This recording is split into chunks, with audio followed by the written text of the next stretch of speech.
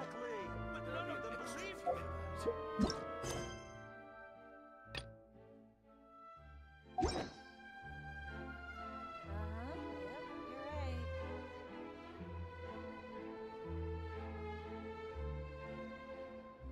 There's...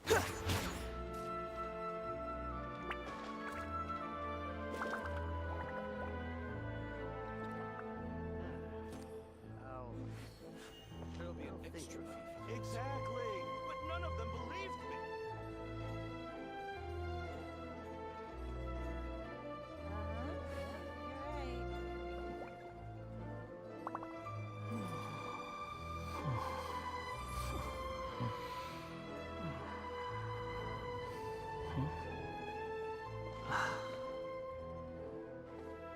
Exactly.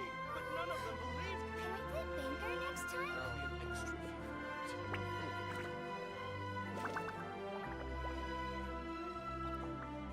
There's no such thing as pure freedom in this world. Even the wind cannot blow on forever.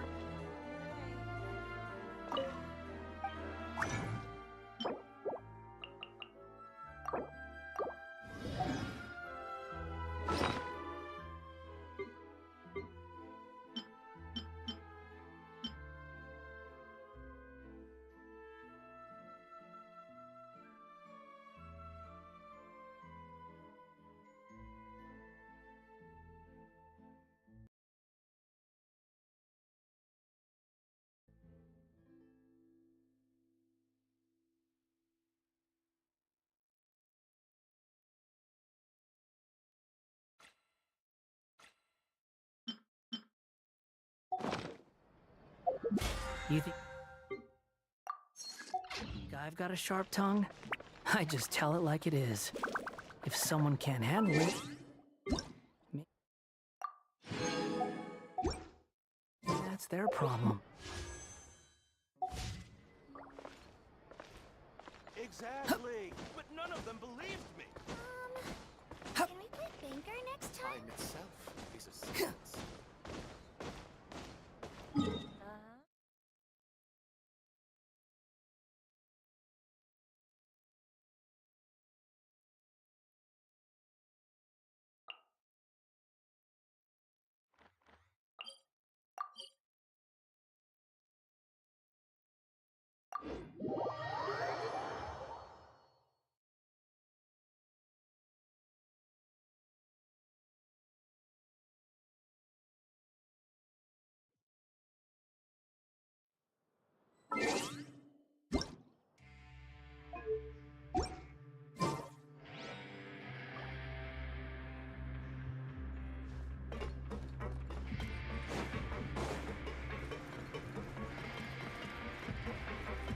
Squall and fury.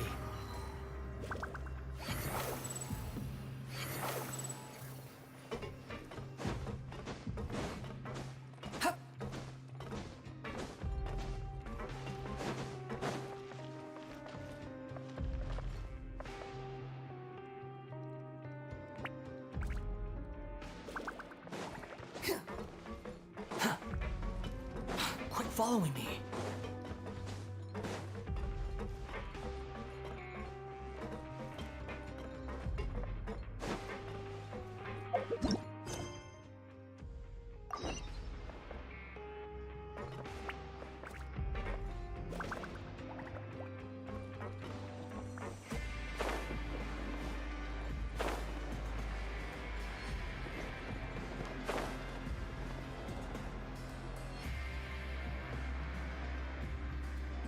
Look!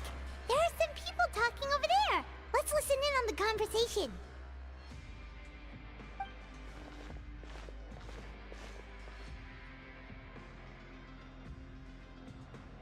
If you ask me, those pompous parasites on the surface act like they're all a bunch of aristocrats. Do any of them give half a hoot about a bunch of dogs like us? Hey, speak for yourself, mate. I'm no dog. Oh, you think you're special or something? If you're here, then you're just a convict like the rest of us.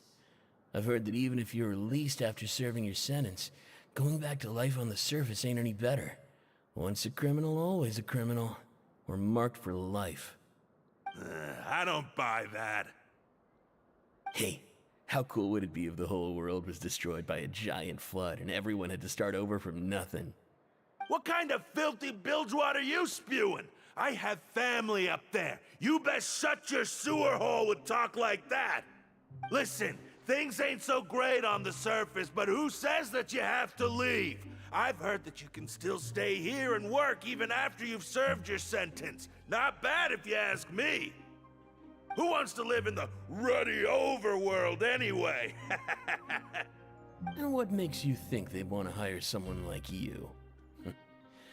That's one of the great mysteries of the universe, how someone as useless as you is so confident.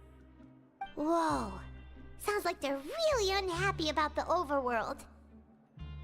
Speaking of which, Paimon never heard anyone use the words overworld or underworld when we were living up there.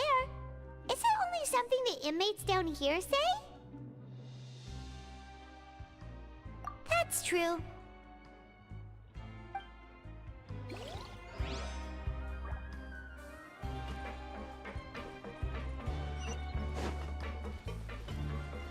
Behold!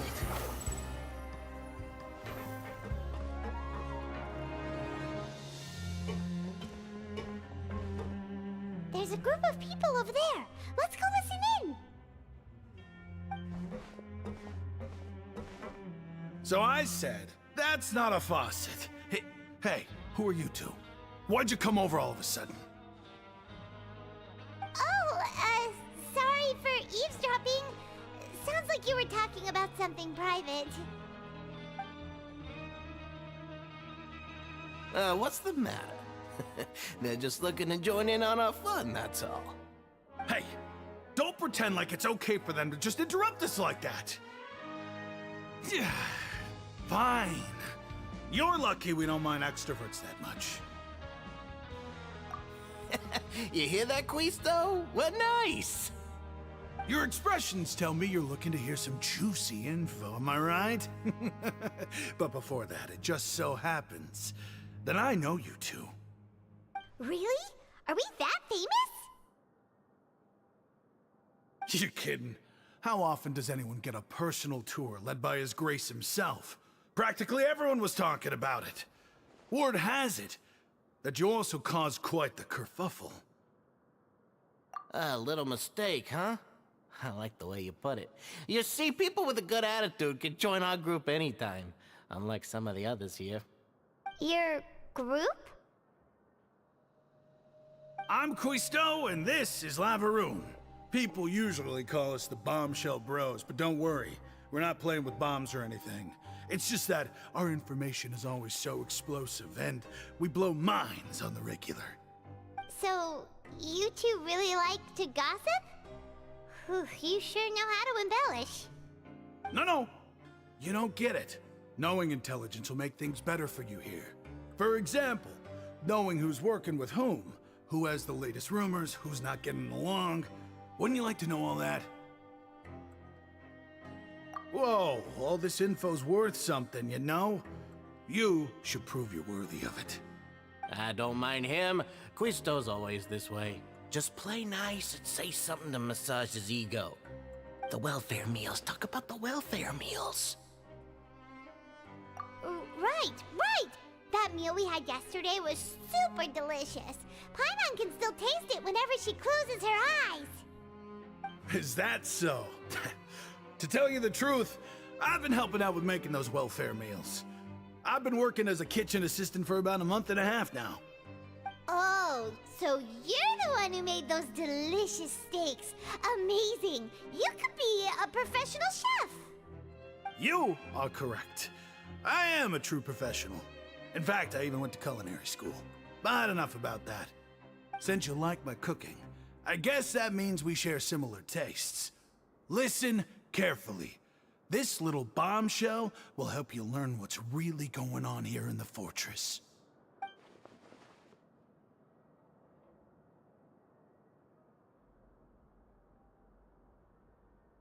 Listen, kids. The power structure within the fortress is quite complicated. The overworlders couldn't care less about us down here. We're basically dogs to them. You've already met the one person here you should never cross, the Duke, RYZEN. He knows more than you think. And if he doesn't care about something, then he often doesn't bother dealing with it. Those who have the Duke's attention get all kinds of special perks, even better treatment in the infirmary. I know who you mean. It's that Jurier character, right? I don't think there's anything useful about him at all. Why does he visit the infirmary practically every day? Is it normal for anyone to be going in and out of there so often? If you ask me, he's just faking it to get out of work. But did you know that Jurier was a talented researcher from the Fontaine Research Institute before he came here? There's no denying that. I don't care if he was a researcher that could turn dirt into Mora. Once you're in the fortress of Meripede, you're just another inmate like everybody else.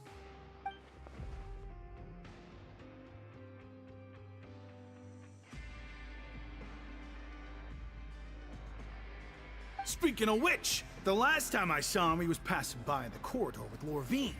I also heard they started arguing in the library and got into a fight, right? Guess that's just how terrible of a guy he is. You mean he hit a woman? Wow, I never imagined he was that bad. But that 𝓸𝑸𝑸𝑛's also quite the odd one, you know? She's always gabbing away, got into a fight with a man, and she also got sent to the infirmary. Come to think of it, I always see her going to the sick bay every couple of days, too. Huh. Wait a second. You don't think? Do you think could it be that they're secretly meeting there to go on dates? But it's really hard to imagine. After all, I do remember seeing 𝓸𝑸𝑸𝑛 beat Jurier to a pulp that one time. And we might be overthinking things.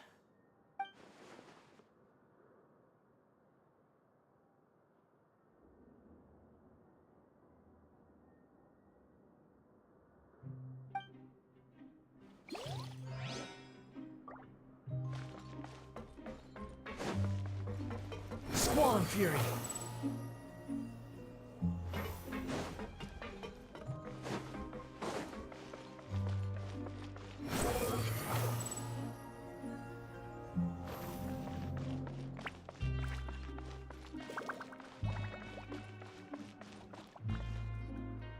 Hey, you over there? Yeah, you. Say, do you like playing card games? You know, like Genius Invocation TCG? You TCG players are like mint in the wild, literally sprouting up everywhere.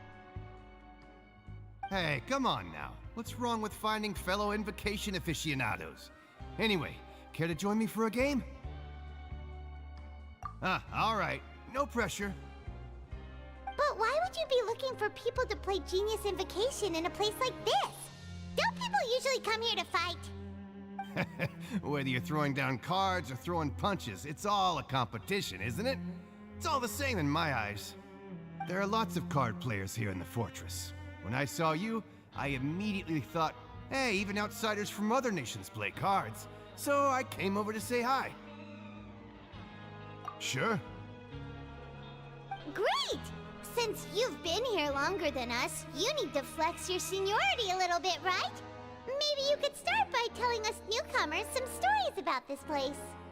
I thought you would have already heard everything by now. All right, then. Did you have anything specific in mind? Or do you want me to just pick a topic? Why don't you pick? We'll let you know if we've heard it already. All right. Have you heard any strange rumors since you've arrived? Then, did you know that there are some people who are always gossiping over in the corner?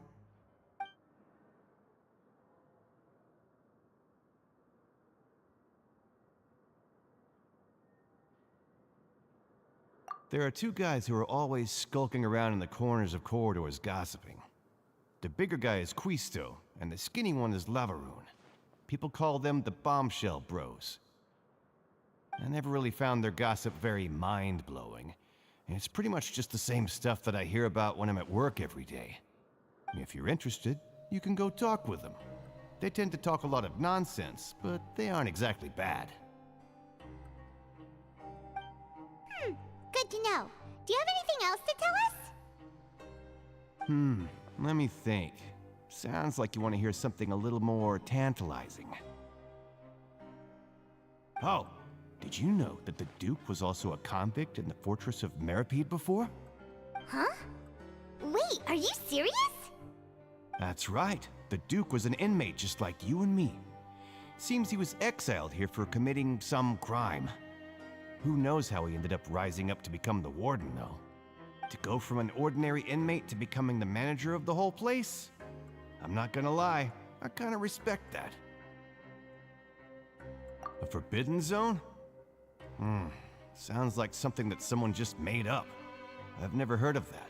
Where did you hear about it? It's just a rumor we've been hearing, but no worries if you've never heard of it. Do you have anything else you can tell us? Anything else? Not that I can think of, but I'll be sure to tell you anything interesting I hear next time. You'll have to play a game of Genius Invocation with me first, though. Okay, we've talked to just about everyone, and it's about time for us to go meet Linny. According to the card he left us, we should go meet him in the production zone. Too slow.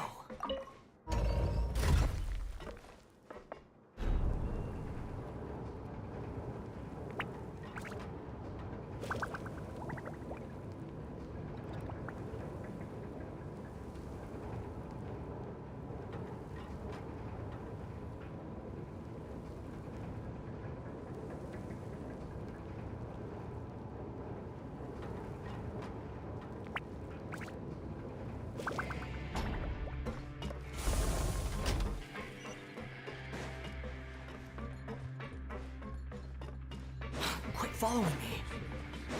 Behold!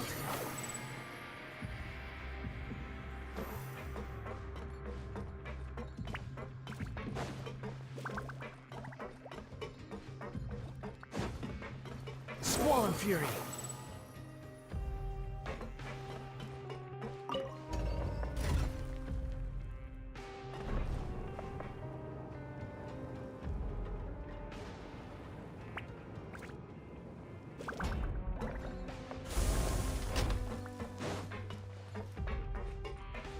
Learn the safety rules by heart. The wind rises.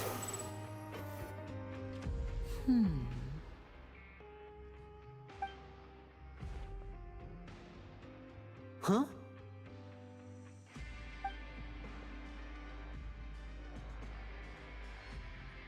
That look in your eyes.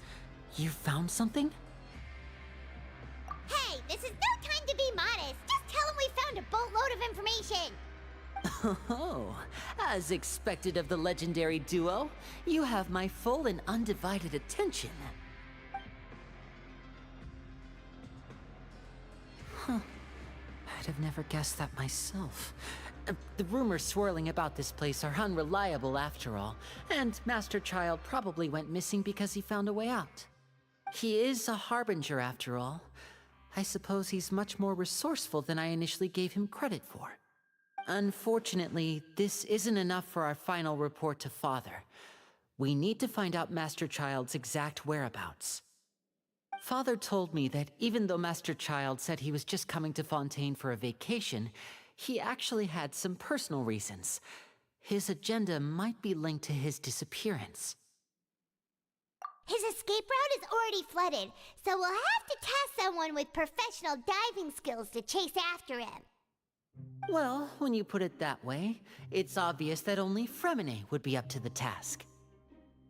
Bingo! Is he around? He's working today. Coming here as a group would have attracted too much attention. I'll talk to him about it later. It's the least I can do.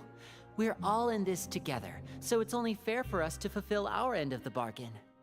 Honestly, I'm far more impressed by you guys managing to collect all this information right under Wriothesley's watchful eyes. Collecting information has always been our strong point. Now, let me think. To find out more information, Fremine will have to retrace Master Child's original route. And if he's to do that, he'll have to set out on the next pipe cleaning day at the earliest. That's 6 days from now. And after that, he'll probably take another 2 or 3 days to return. You can even estimate how long it'll take for him to get back? We've been working together for a long time. We know each other's capabilities like the backs of our hands. Traveler, what say you to meeting here 9 days from now? We'll be able to pick up Fremine while we're at it, too. Oh, and there's just one last thing we'd like your help with. Though we can just sit back and wait for Fremine's report on Master Child's whereabouts, we still need to make more progress on the investigation of the Forbidden Zone. Fremine's no master of disguise, Lynette's still working on getting intel from the other areas, and I'll need to spend some time helping Fremine prepare for his diving mission. So, you are the only ones we can count on. What do you want us to do? Will it be hard? Well, I won't call it easy per se, but I think you'll be able to pull it off. Listen carefully. You'll need to find an excuse to get into the infirmary and investigate the room and environs. You've mentioned several sketchy-looking people always meeting at the infirmary earlier, so it probably has something to do with the secret we're hoping to uncover. You've already met the head nurse, so she'll be less suspicious of you. Investigate the internal structure of the infirmary and any active dealings within, and pass those on to me alongside anything else you're able to discover. But also, there's no need to take risks. Don't forget, safety always comes first. My apologies, I just started rambling out of habit. It was almost as if I was talking to my younger brother. But that's not a bad thing, right? All right, then we'll head out as soon as we finish our prep. Let's go our separate ways for now, then. Don't forget, we meet here again in 9 days. Stay safe.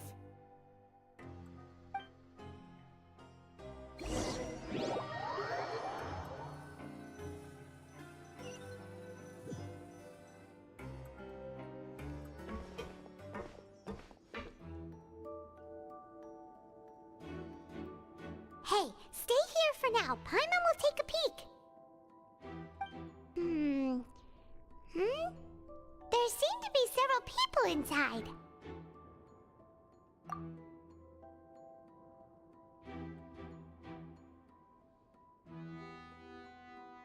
Right. I feel like it's not impossible. Oh.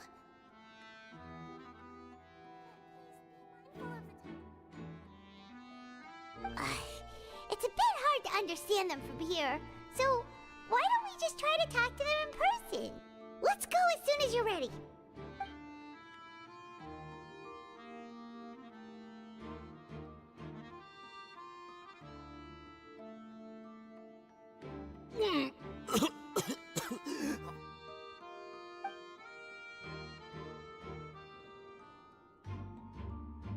Someone, please help! He's sick!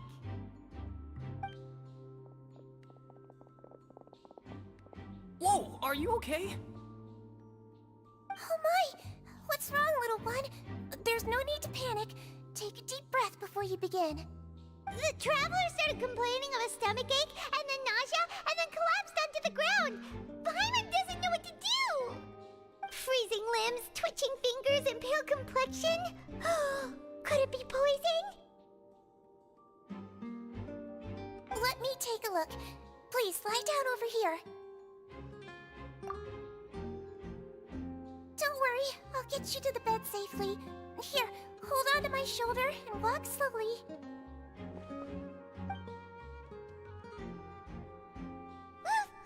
You can do it, Traveler!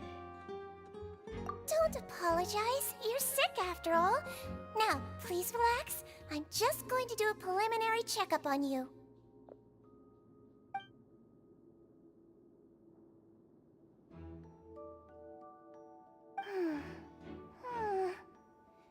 I see now.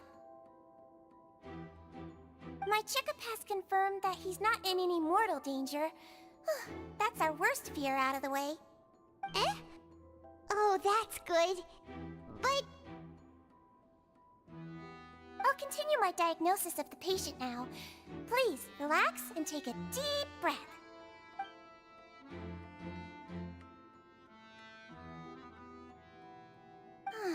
Don't sense serious damage to your organs either. Does it hurt when I press here? And here? Huh? But based on my initial checkup, there shouldn't be a problem here. How strange.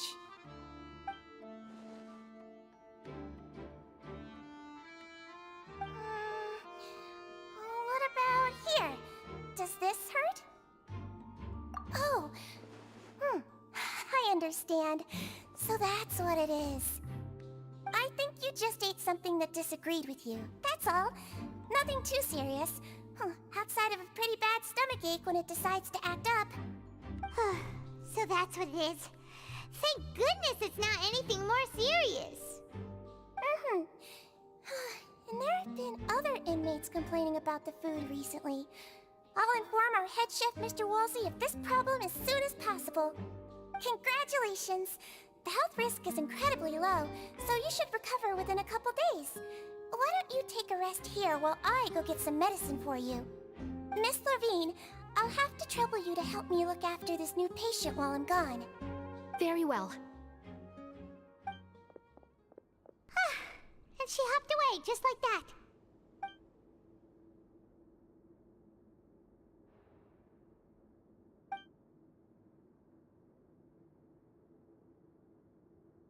Hello. So how are you feeling now?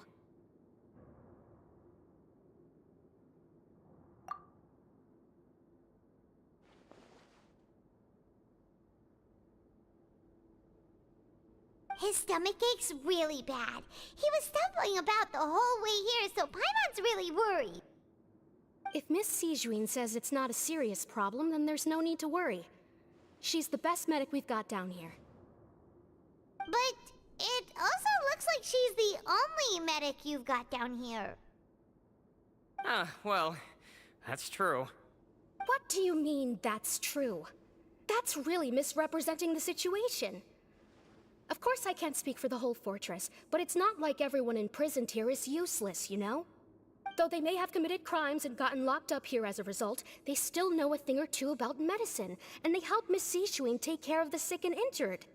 Yeah, you're right. But did you have to lecture me about it in front of another patient? Aren't you a patient too? Where did all your energy come from? That's correct. Sorry, I got a bit ahead of myself. Are you two also sick? We've been sick a while. I come back every once in a while for checkups, and to pick up the medicines Miss Sejuin prescribes for us. That's just the nature of chronic illnesses. As for her... you could say she fancies herself as Miss Sejuin's capable helper because she learned a bit of medical knowledge ages ago. Please watch your mouth, Mr. Jurier. Don't forget that you are the primary reason I have frequent heart palpitations. Hey, don't start arguing now! Please, keep it civil at least!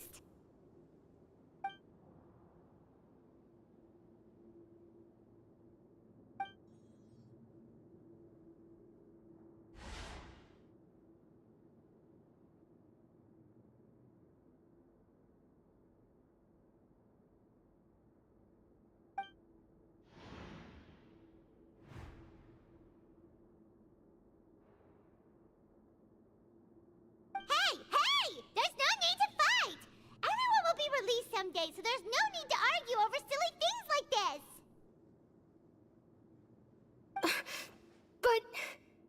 But... Release. It's way too early for us to even think about that. And who the heck knows if we'd even be able to continue our previous lives?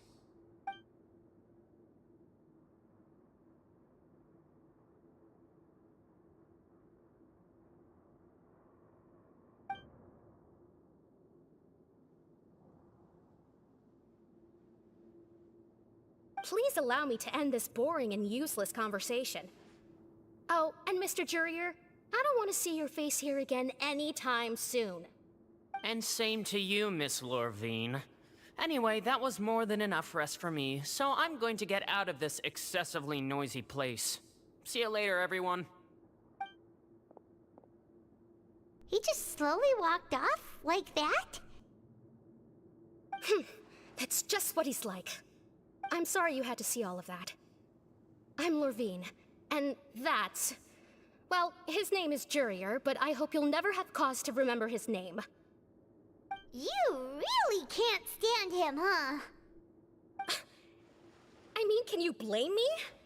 Who would like someone who's as arrogant and obsessed with weird research topics as he is? But there's no need to keep dwelling on him. I'll accompany you two for a while. Miss Zishwin should be back soon, and I'm sure you'll feel better as soon as you've had some of her medicine. No, it's nothing. I'm back! Did you rest like you promised? Thank you for getting our medicine, Miss Zishwin. Did you all cooperate with your bed rest? I trust that nobody got up to walk around. Good. Here, this should be 2 days' worth of medicine for you. Take 1 pill now, and then continue your bed rest.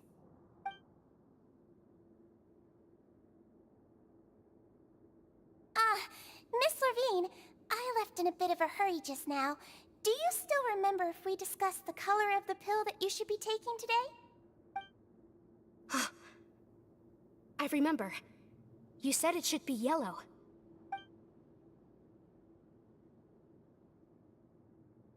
Yellow, huh? I understand. These are yours.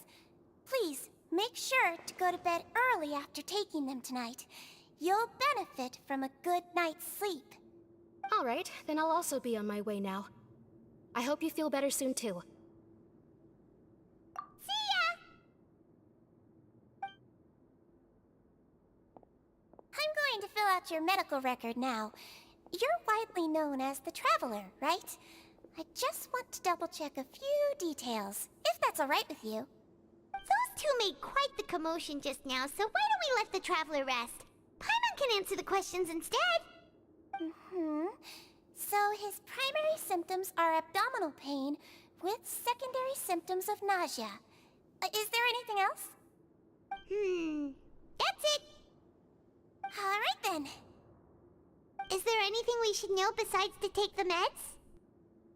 No, his base constitution is quite good, so I'm sure he'll recover quite quickly after taking the medicine.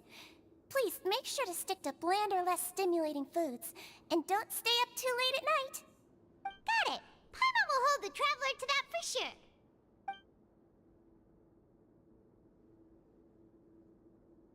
Oh, you're going to take a nap already? Okay then, you get some rest.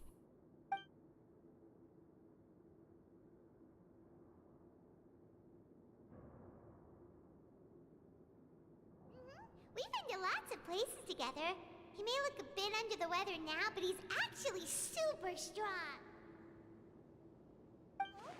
So you're the best of companions. Well, don't worry, he'll recover soon.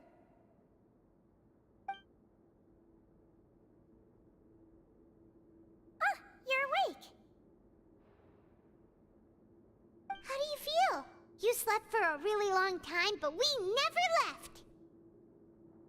Well, now you can go back without a worry in the world. Remember to take the meds regularly, and don't forget, bland foods. Thank you, Miss Zishwin.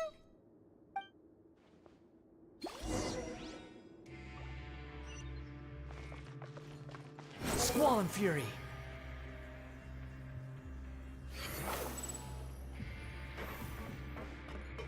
Quit following me. The wind rises.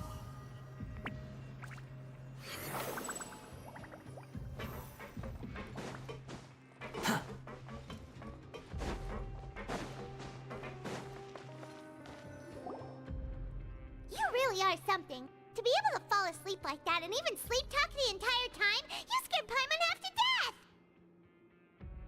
No, but you kept mumbling things along the lines of, Pyron, don't take my grilled fish, and put down the Adeptus Temptation now! Paimon talked with Zishwin the entire time you were asleep. She seems like she's just a sincere nurse, and Paimon didn't notice anything unusual in the room. Are you sure we're not going off track with the infirmary?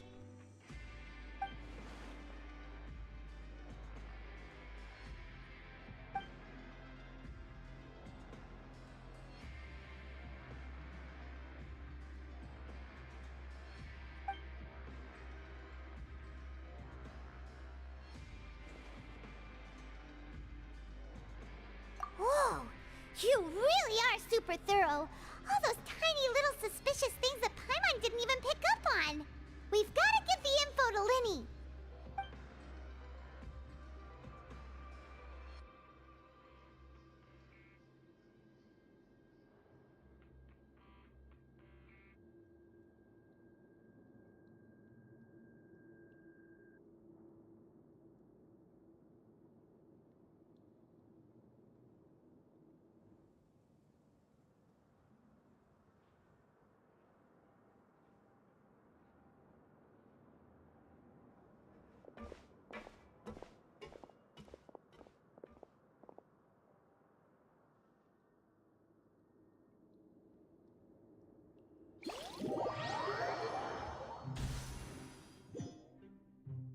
Today's the day! Let's go meet up with Linny!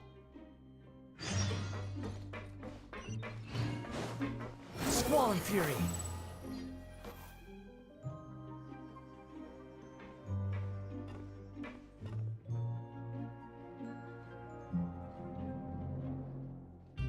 Oh! Hmm?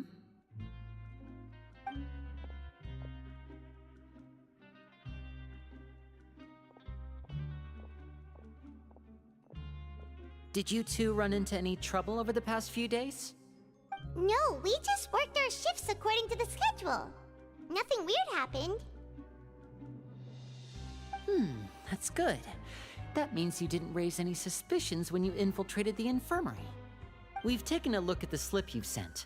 Fremine successfully left the grounds via the pipes 2 days ago, and as of last night, Lynette has also infiltrated the infirmary after faking an illness. Wait, why is she getting involved as well? You already went above and beyond when you scoped out the infirmary. To put it more bluntly, even if we were to view that as something you did in exchange for Fremine's help, you've already done more than enough. Infiltrating a guarded stronghold is a different kind of job from a one-off investigation. We want to avoid using the same faces over and over and reduce the amount of suspicion that will fall on any given person. Lynette also felt like you have already taken the first step for us, so she should be the one to finish the job. So that's what Lynette thinks. Oh, Paimon hopes everything's going well for her. Perhaps that's true. You're both very good people, and we've come to appreciate that more than anyone else. Unfortunately, there's still one thing that could get between us, lest you've forgotten. The matter of our respective loyalties. You've mentioned before that you've had some run-ins with the Fatui. I can understand that feeling, so I assume you're just helping us out of the kindness of your hearts? Well, everyone could use some more friends. We'll be counting on you to help us in the future, too.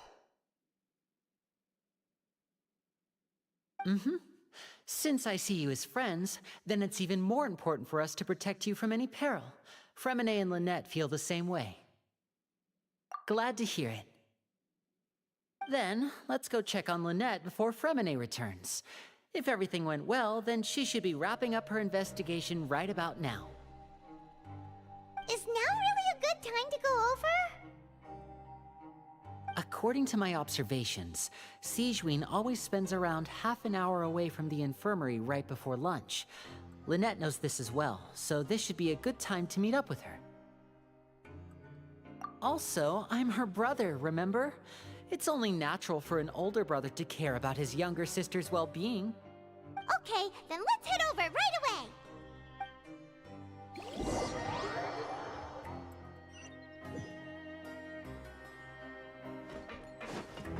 The wind rises. Quit following me. Lynette should be here right now. Huh. Strange. Lynette? As expected, Sigewin isn't here, but why isn't Lynette here? No, Lynette rarely deviates from the plan. We agreed that if she were to make changes on the fly, she'd find a way to let me know. Unless... Let's see if there are any clues around here. We can look while we wait for her. Who knows? Maybe she'll be back soon. Okay.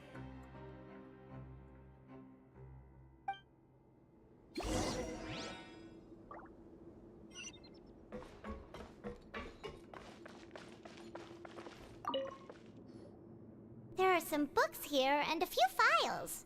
They all look like medical records. Advanced nursing, how to raise the spirit of your patients, a quick guide to the psychology of emotions, and the meaning of laughter. These sure are some interesting books. Who knew Sigewin would be interested in these kinds of things? She even has books on understanding people's motivations and feelings. Is it because she's a Melazine? Or does she have a need to understand her patient's emotional state? Seems quite normal to me. These are skills that would come in handy for a nurse from time to time.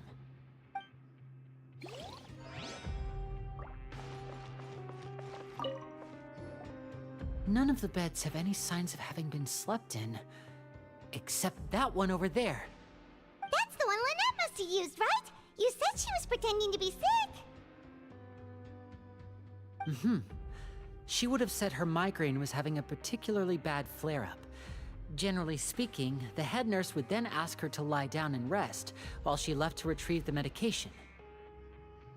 Which means, either the head nurse didn't return the entire time from when Lynette laid down up until she left the bed, or the nurse intentionally left it this way.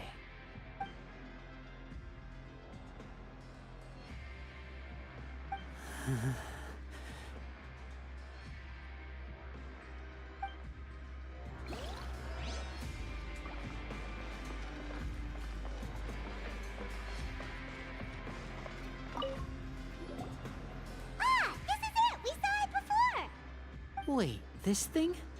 It doesn't look like it's been disguised that well.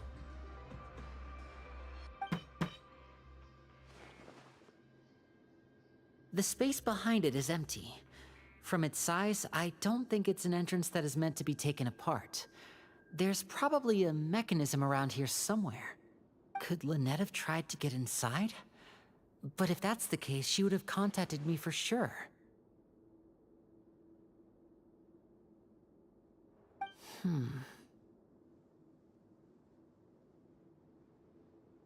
Let's look around here for some more clues. Don't panic, just take another look.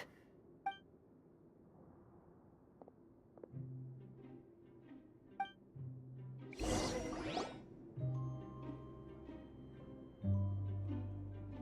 you guys, there's a slip of paper over here! A slip of paper? It's right over here, and there's a bunch written on it too. It reads, "Out of respect for your usual practices, I'll use a piece of paper or card as the medium to pass on my message. You may consider this as me giving you my best regards." This is... Is that all? The back. This is...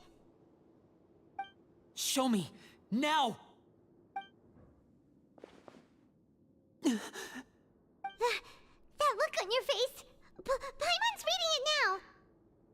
Would you care to guess where Miss Lynette of the Fatui could be right now? No. Could she have... Is she already... Wrysley. Did he deliberately leave the infirmary unguarded to use it as bait? Wait, you mean he was aware of our goals from the very beginning? But why? We didn't run into any trouble last time, and he also never reached out to us since. Yes, that is a crucial question. Wrysley, he doesn't do anything without a clear goal or reason. So this means he had no concerns about your activities from the very beginning. You're not from the same camp as us. You were sent down here by Nervulet, so you have no conflict of interest with RYZEN. We're a completely different story, though.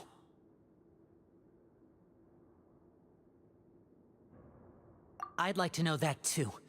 Why did he only go after her? Don't panic, just think everything over. I have to stay calm. This is not like what happened last time. The situation's different now.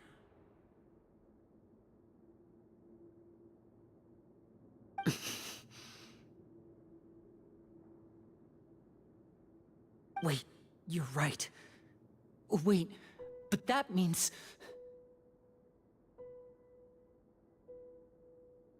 the fact that Fremine was able to leave the grounds... could RYZEN have let him go as well?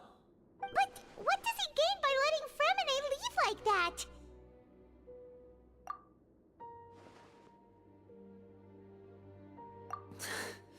So he's challenging me and trying to provoke me, I'm sure of it.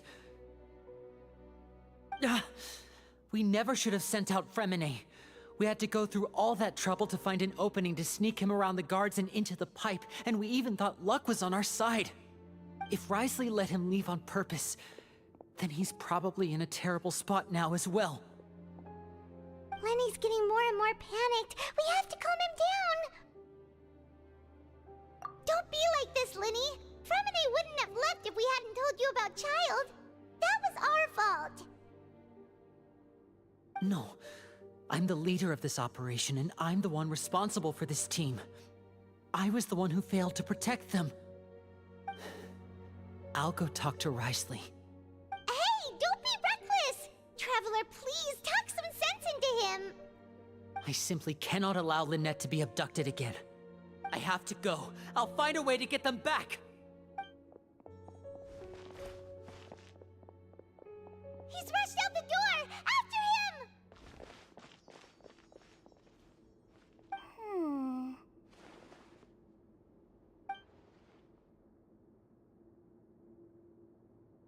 Right. I feel like we still have some room to make changes on these details.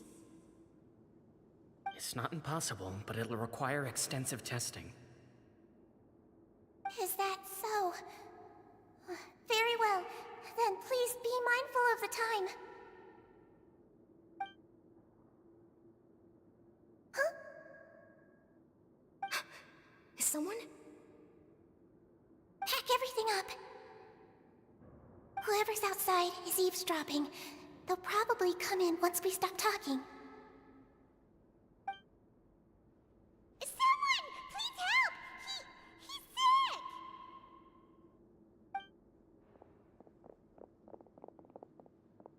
Whoa, are you okay? These two. As expected, they've already found this place. Oh, they are quite sharp. What a delightful turn of events. I like smart people, but I also like playing dumb. I like the feeling of being trusted. Oh my! What's wrong, little one? There's no need to panic. Take a deep breath before you begin. Being able to read human expressions is quite the useful skill. Lenny! Wait! It's no use. We have to catch up to him.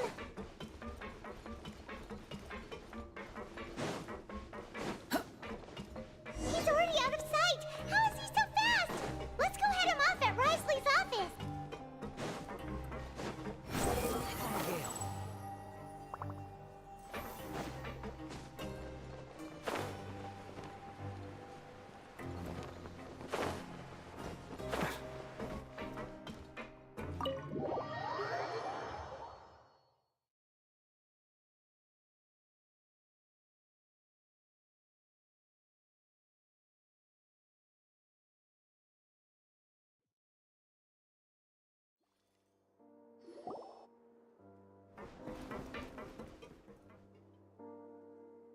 Come out and face me, RYZEN!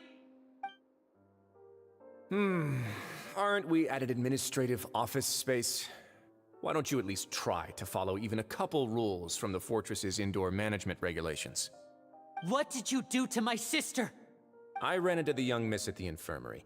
I'd heard that she was suffering from quite the migraine, so I decided to invite her over for a cup of tea. I do have some teas in my collection that can work wonders against such an illness. Stop joking around! Where did you take my siblings? I have also heard that your performances are quite the spectacle. Miss Lynette would sometimes enter a box filled with water, only to emerge the next second from another place altogether. Maybe she'll appear behind you right now if you were to turn your head. Is he trying to trick me into turning my head? No, he's probably not looking to attack me right now. All of the hostages are in his hands, and he's even in the mood for small talk. That means Lynette is probably still alive. You knew we were investigating the infirmary from the start, so you deliberately aroused the Traveler's suspicions and baited us into continuing our investigation, just so that you'd be able to kidnap Lynette.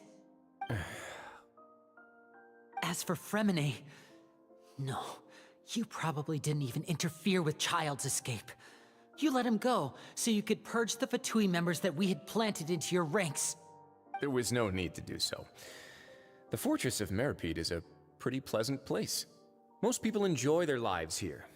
The only ones who act differently are those with personal agendas. It was quite easy to identify your colleagues. You removed our original members and spread the news of Child's escape so Father would assign our team to come down and investigate. Fremine has also fallen into your hands, right? If you're oh so omnipotent and so in control, why would you need hostages? One correction. Lynette is in my hands right now, but Fremine is not. He's not? What do you really want? Lenny! Oh, wonderful. Everyone is here, so I'll only need to say this once. Thank you so much for cooperating with me. Eager and to the point, I see. Alas, only Miss Lynette is currently having a cup of the fortress's finest tea. Although, as per your original plan, Mr. Fremine should also have returned to the fortress by now. But he has neither shown up within my gates, nor has he been taken into any kind of custody. So where do you think he may be right now? Wait, you can't mean... You locked him outside in the sea? I closed the fortress's gate to the outside world. That's all. Fremine's a star diver, so he should be fine, right? No, we're still here, so he definitely tried to find a way to come back for us. So we can't assume he might have made a break for the surface. But why would I do this, you may be asking? To have an audience with you, of course.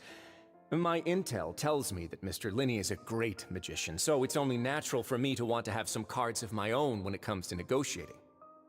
Besides, I do recall you mentioning to Miss Lynette that you've always wanted to have a face-to-face meeting with the Lord of the Fortress of Meripede, regardless of whether it was in a personal or a professional capacity. Well, you got your wish. So, you've been keeping tabs on us before we even set foot in the fortress.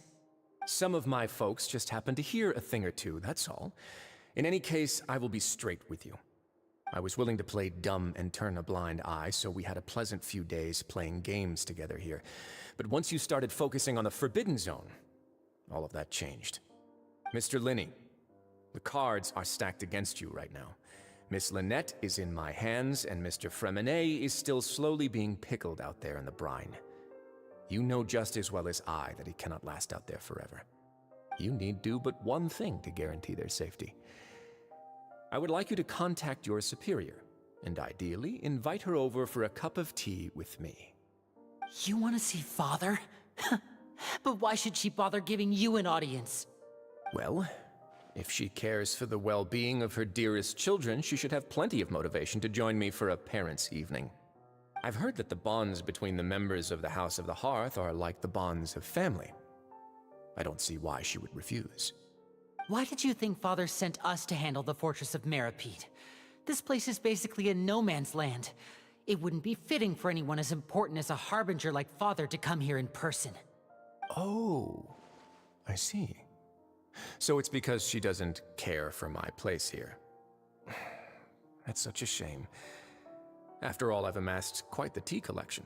I was looking forward to sharing it with her. Both Monsieur Neuvillette and Lady Farina have already received many samples as gifts. Was this the extent of your master plan to get to Father? No matter how much pressure you may put on me, I won't allow you to use us to blackmail her. You people really are difficult to get along with.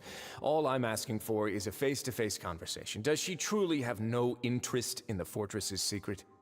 Mr. Linney, you have one last chance to invite your father here. If you refuse... Linny!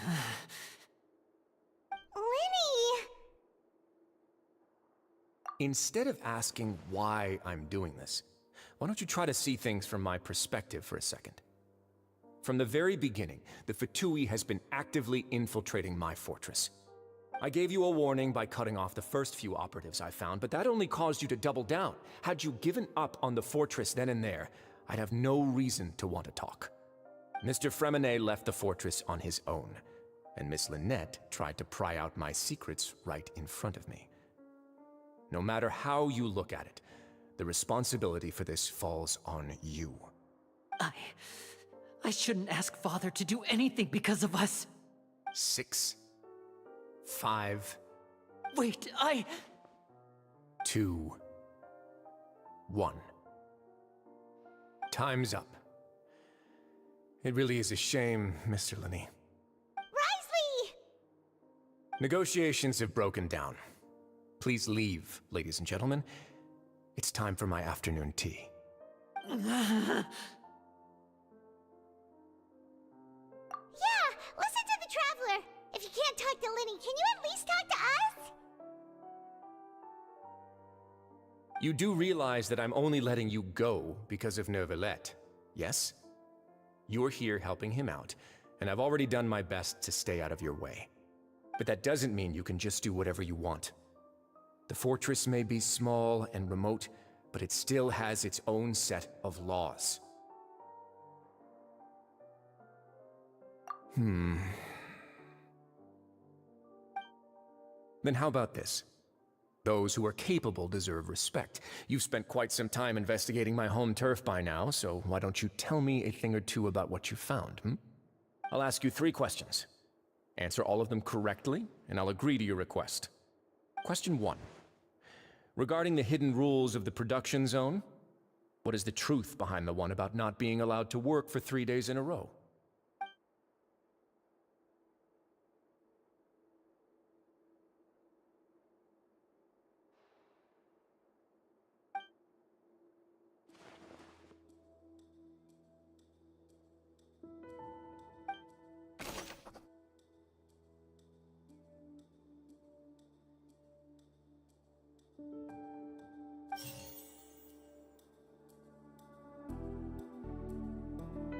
I've been told that the infirmary is always empty for the half hour just before lunch. But what could Sigewinne be doing during that time? The Fonta promoter has been struggling because he doesn't recognize the real value of coupons. Meanwhile, the Duke believes that only idiots who don't understand the value of coupons will spend them on Fonta. Fonta's internal report suggests that they're starting a new trial of an unnamed and unpackaged product. But the product has to undergo a trial because even Fonta's own employees have a lot of reservations about it. The research notes said that the Melusine race perceives the world very differently from humans. As a result, the Melusines have also developed a sense of aesthetics that appears rather strange and alien to humans. According to Collins, the Pancration tournament only took place because the Fonta company sponsored it. The company must want a return on their investment as well.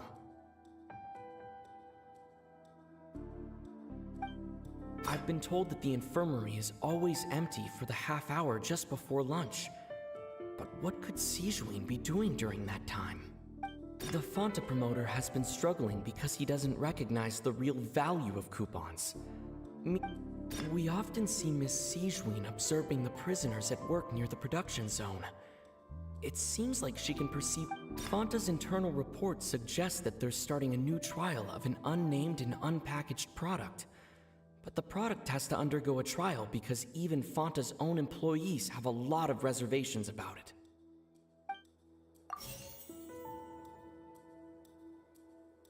The Fanta promoter has been struggling because he doesn't recognize the... According to Collins, the Pancration tournament only took place because the Fanta company sponsored it. The company must want a return on their investment as well. The research notes said that the Melazine race perceives the world... The Fanta promoter has been struggling because he doesn't recognize the real value of coupons. Meanwhile, the Duke believes that only idiots who don't understand the value of coupons will spend them on Fanta.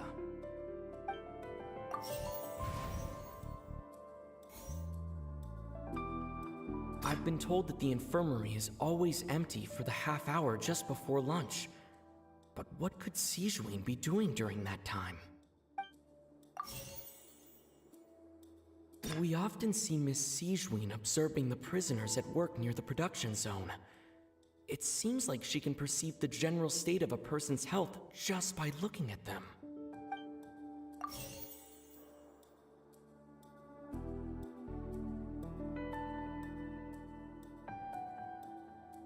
Fanta's internal report suggests that they're starting a new trial of an unnamed and unpackaged product. But the product has to undergo a trial because even Fanta's own employees have... According to Collins, the Pancration tournament only took place... The research notes said that the Melazine race perceives the world very differently from humans. As a result, the Melazines have also developed a sense of aesthetics that appears rather strange and...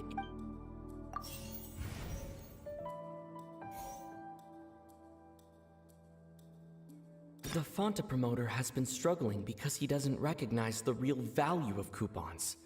Meanwhile, the Duke believes that only idiots... We often see Miss Sigewinne observing the prisoner. Fanta's internal report suggests...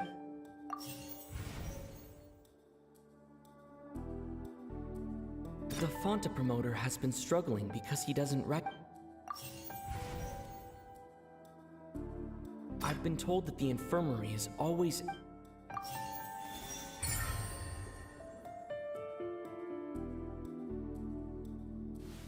So that's what's going on. Paimon understands it now. Who would have guessed? The hidden rule of the production zone. People are not supposed to work 3 days in a row, and if they do, they'll get strange meat in their welfare meal.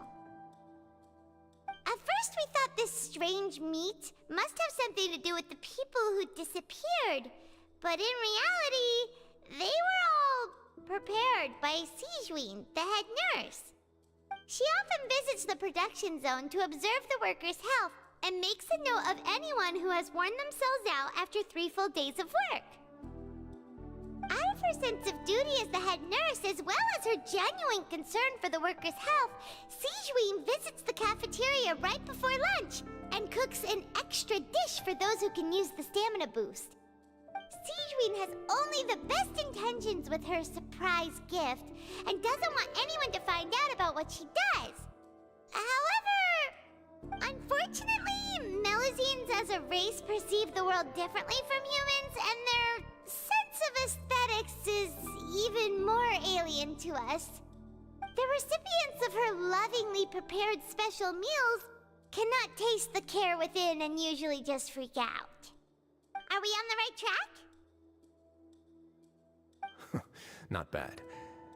You've uncovered Sigewinne's secret and even guessed her intentions correctly as well. It's nice to know that her efforts have not gone unacknowledged. All right, now for my next question. There are also some hidden rules in the Pancration ring, including the one that you're not allowed to support both sides of a fight. Why is that?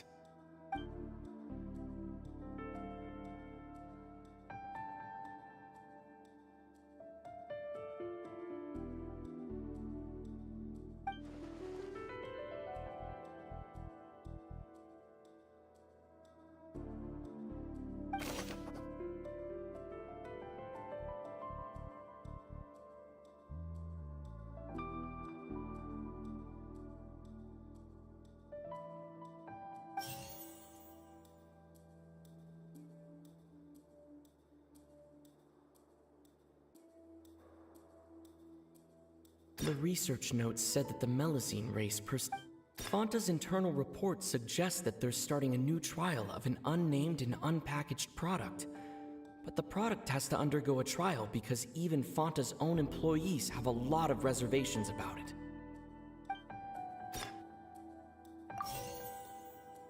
The Fanta promoter has been struggling because he doesn't recognize the real value of coupons. Meanwhile, the Duke believes that only idiots who don't understand the value of coupons will spend them on Fanta. According to Collins, the Pancration tournament only took place because the Fanta company sponsored it. The company must want a return on their investment as well.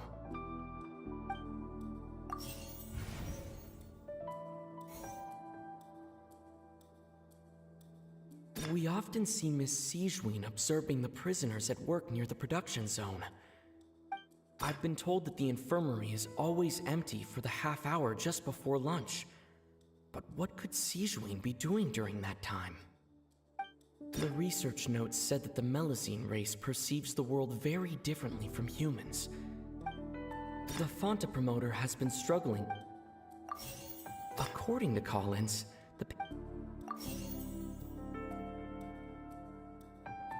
we often see Miss Siege.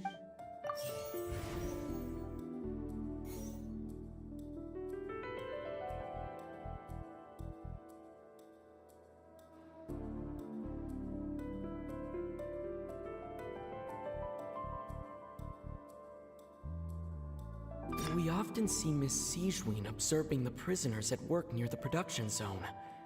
It seems like she can perceive the general state of a person's health just by looking at them. I've been told that the infirmary is always empty for the half hour just before lunch. But what could Siegewien be doing during that time? According to Collins, the Pancration tournament only took place because the Fanta company sponsored it. The company must want a return on their investment as well.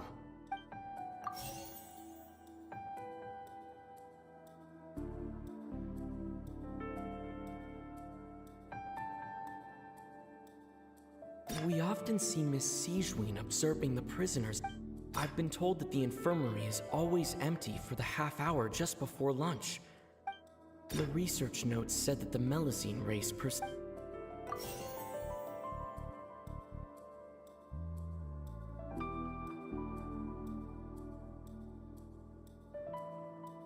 Fanta's internal report suggests that they're starting a new trial of an unnamed and unpackaged product. But the product has to undergo a trial because even Fanta's own employees have a lot of reservations about it.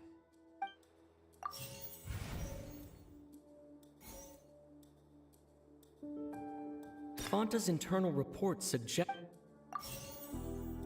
I've been told that the infirmary is always empty for the...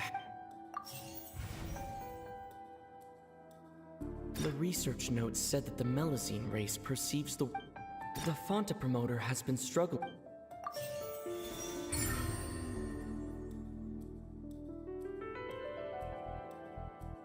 Paimon gets this rule too now, so there really was nothing to be afraid of.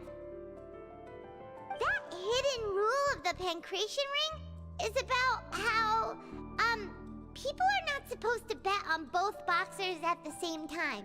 And if they do, they'll receive a package containing a strange, blood-colored liquid. People get scared when they see it because they've subconsciously begun to associate it with the missing boxer. But really, it's just a bottle of the latest yet-to-be-named and packaged new Fanta trial product. A blood-red drink. It's no wonder even Fanta's own staff were questioning the company's decision-making. The company, facing backlash from its own staff, decided to try to trial the product on a smaller scale, to see how it might be received by customers. They came to the fortress of Meropide and offered to sponsor the Pancration tournament so they could push their new product. But the Duke completely refused to even entertain the idea.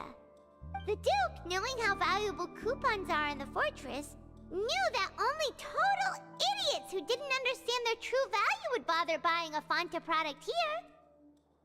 And so, only those who proved their stupidity by being dumb enough to to bet on two opposing sides of the same match, we're selected to receive the drinks. I acknowledge the effort you've put into bringing the truth of this mystery to light. Although, based on your description, that Fonta promoter is a bit too careless with his words, I may just reconsider my collaboration with the company. All right, and here's the final question. What's the secret behind our head nurse and all of her patients in the infirmary?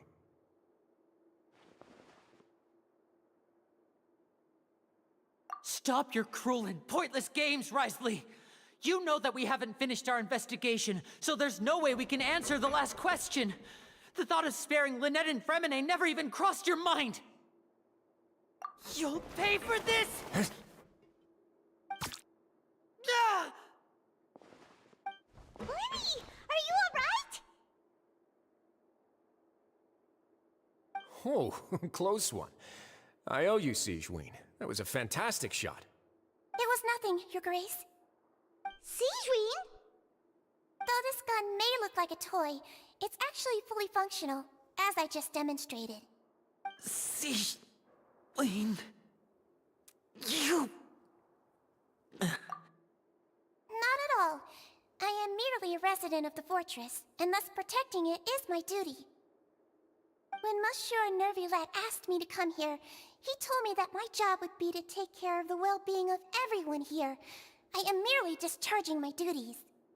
But if you mean what you just said, then isn't Lenny someone you should be looking after as well? Isn't he a resident here just like the rest of us?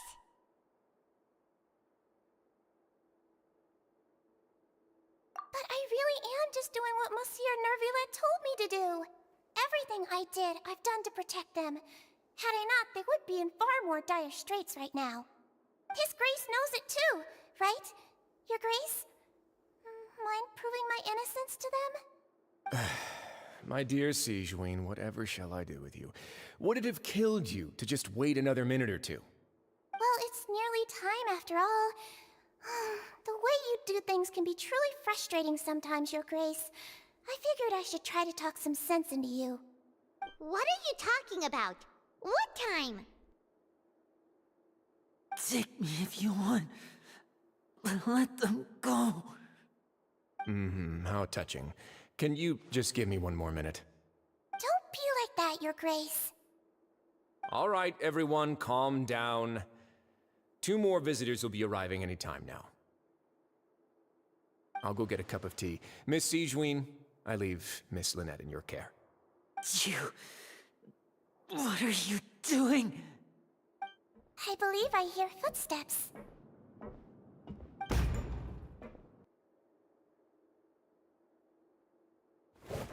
Some space, please. Ah, Miss Clarande. My door. Fremine... Fremine... What's going on? What is Clarande doing here? Work. I'm sorry about shooting you, Mr. Linney. The tranquilizing effect will begin to wear off soon. Please take it easy in the meantime, though. What happened to Fremine? Wasn't he diving just outside of the fortress? Why is he looking like this?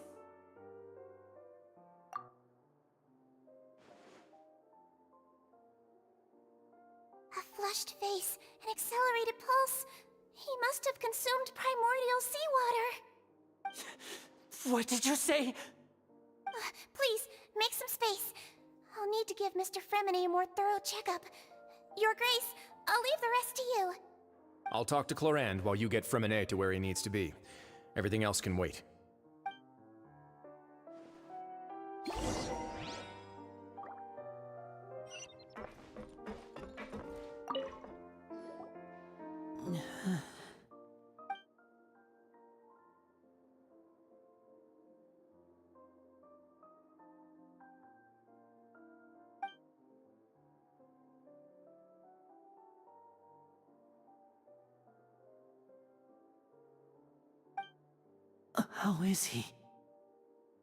These symptoms symptoms are probably caused by an acute ingestion of a large amount of primordial seawater.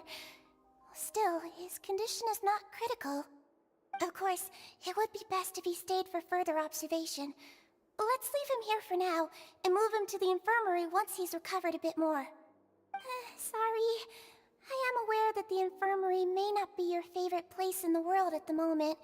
We do only have a single clinic in the fortress, however. Why would he ingest a large amount of primordial seawater after leaving the fortress? How could that possibly happen? Please, look after Mr. Fremine for the moment. I'll go fetch some medicine and a respirator. Oh, I'll bring Miss Lynette back with me. Where is she? How is she right now? Oh, she just took a nap in an empty room after I tranquilized her. If my calculations are correct, she should also be waking up right around now. You might not believe me, but His Grace and I actually made some snacks and tea for her.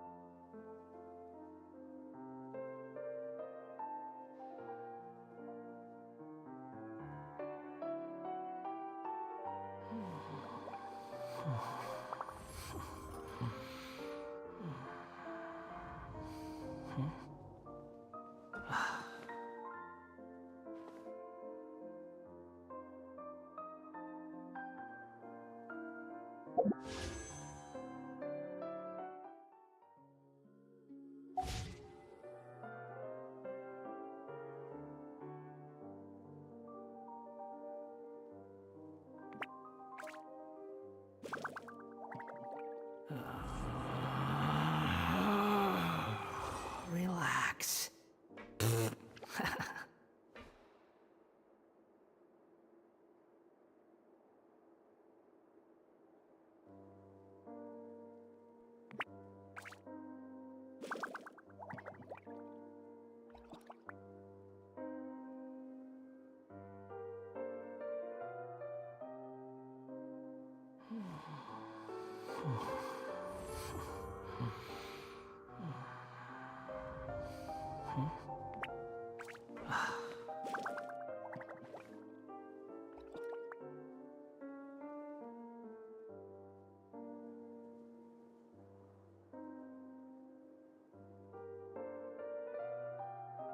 There's no such thing as pure freedom in this world.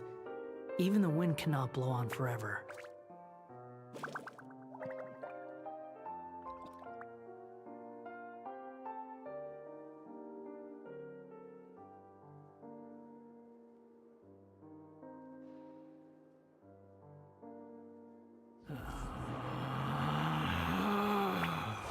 Relax.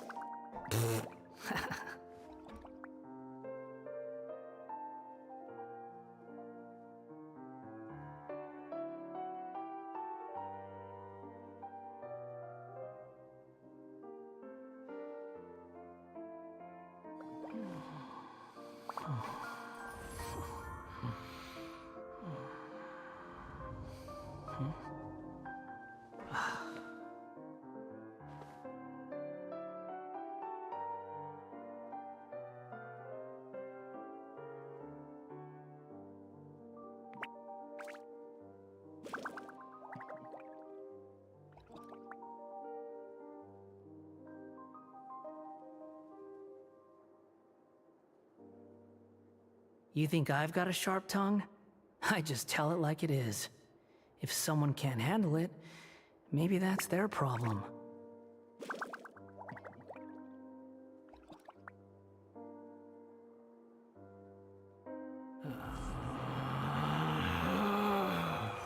Relax.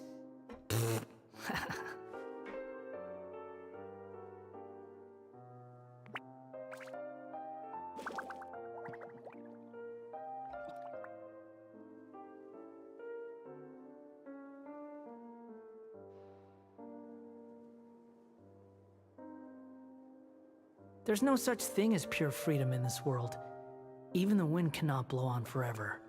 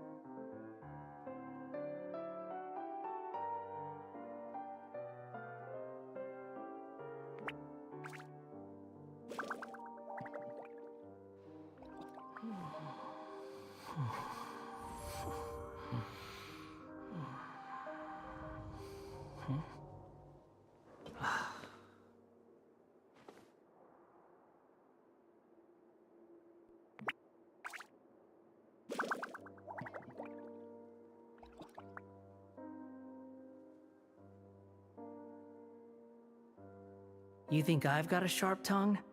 I just tell it like it is. If someone can't handle it, maybe that's their problem.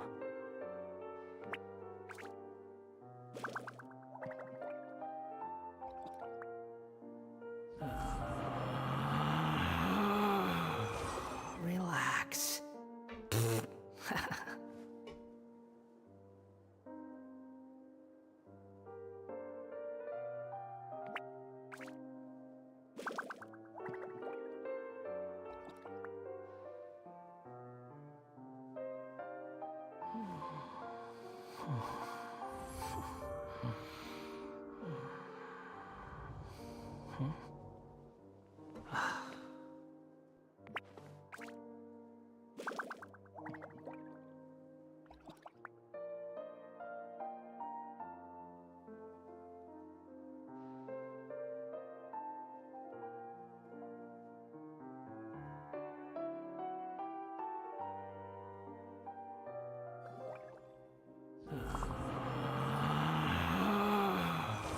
Relax.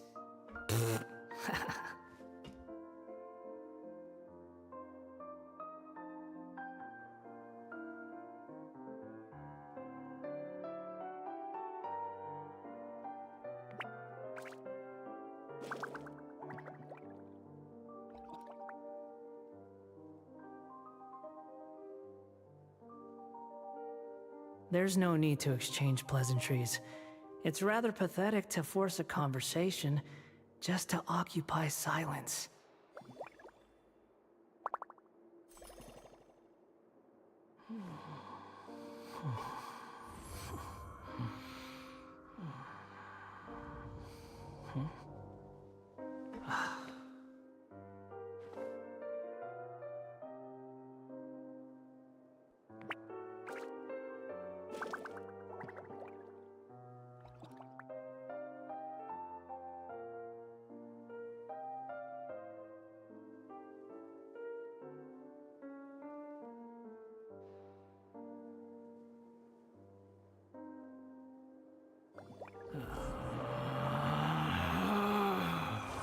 Relax.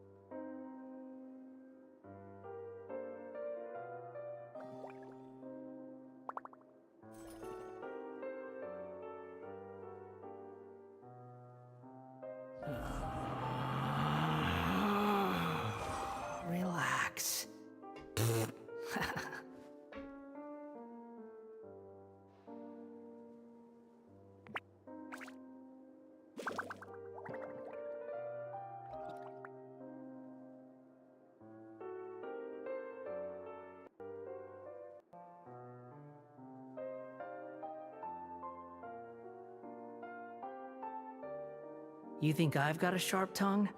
I just tell it like it is. If someone can't handle it, maybe that's their problem.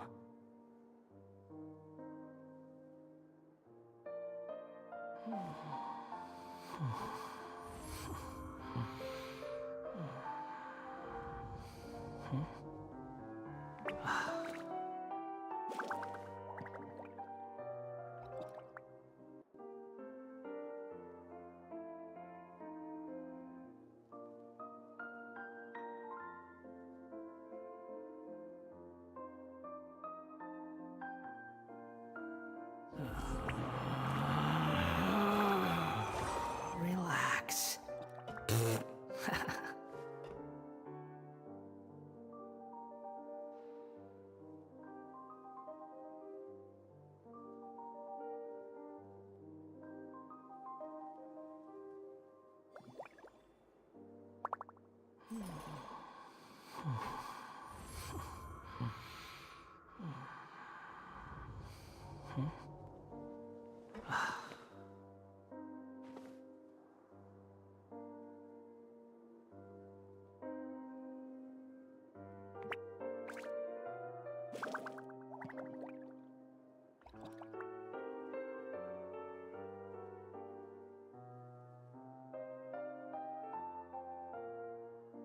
There's no such thing as pure freedom in this world. Even the wind cannot blow on forever.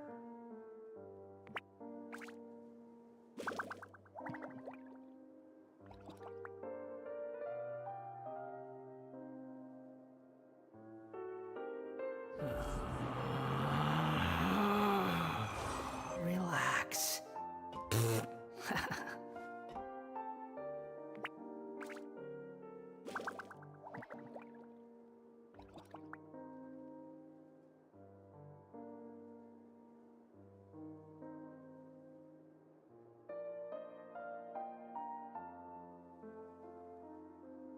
There's no need to exchange pleasantries.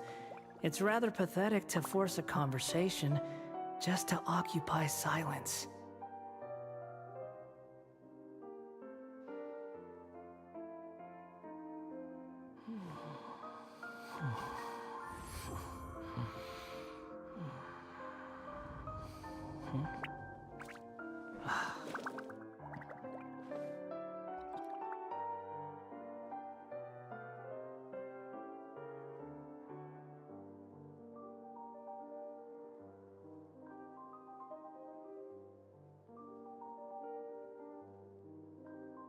You think I've got a sharp tongue?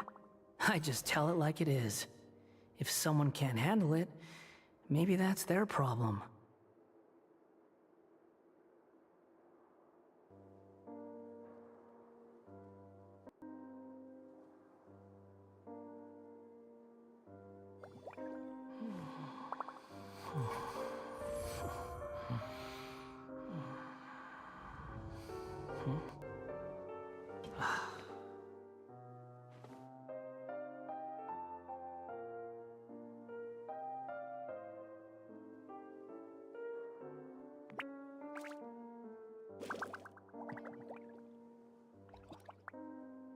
There's no need to exchange pleasantries.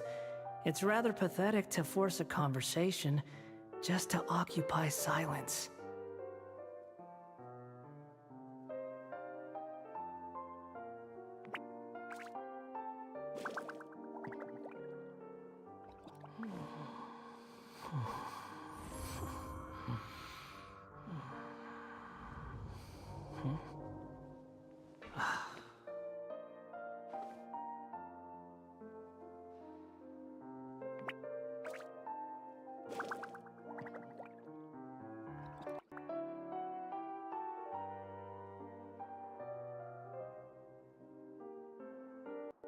There's no such thing as pure freedom in this world. Even the wind cannot blow on forever.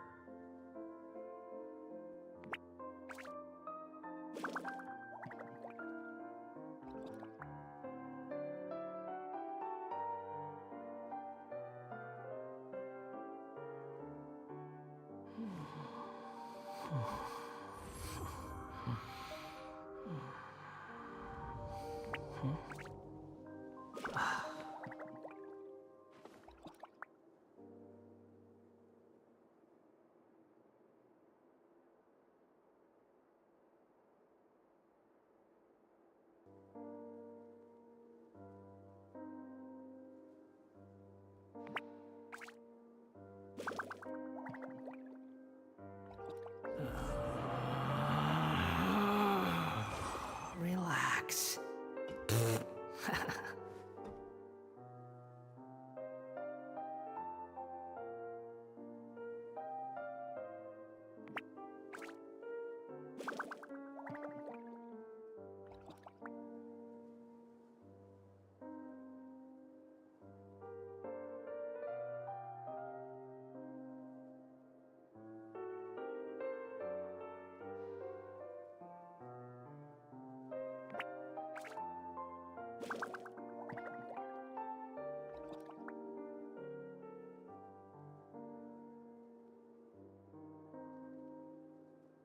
There's no need to exchange pleasantries.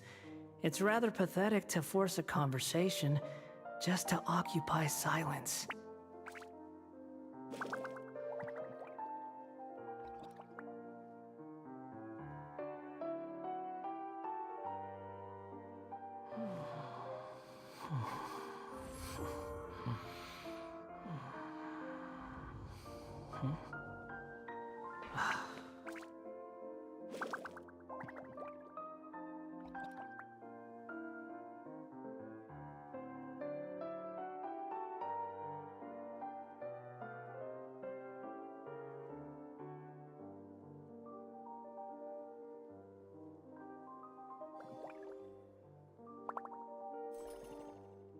You think I've got a sharp tongue?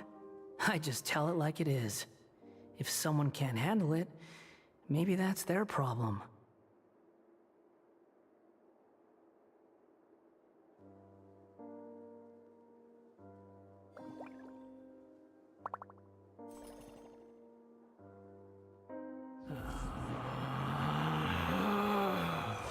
Relax.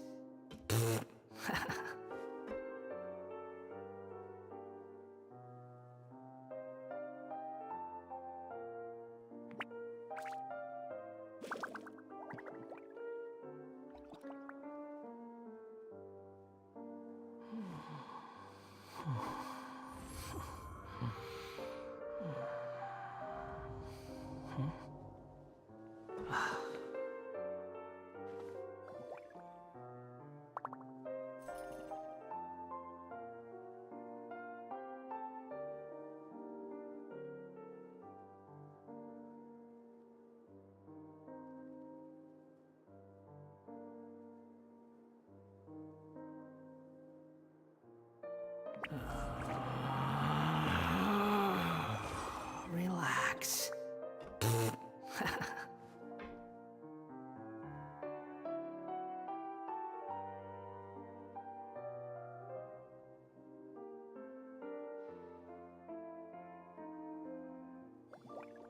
There's no need to exchange pleasantries. It's rather pathetic to force a conversation just to occupy silence.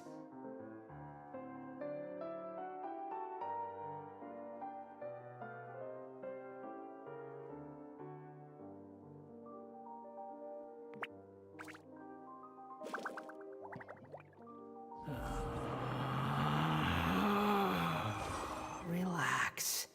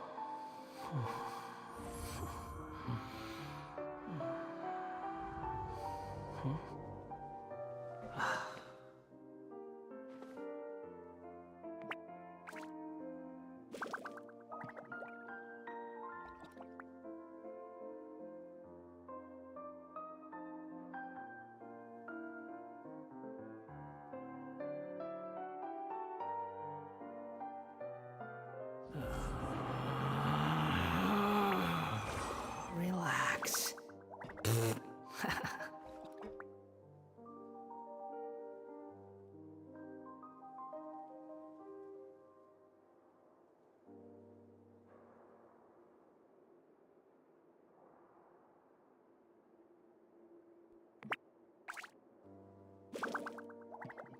There's no such thing as pure freedom in this world. Even the wind cannot blow on forever.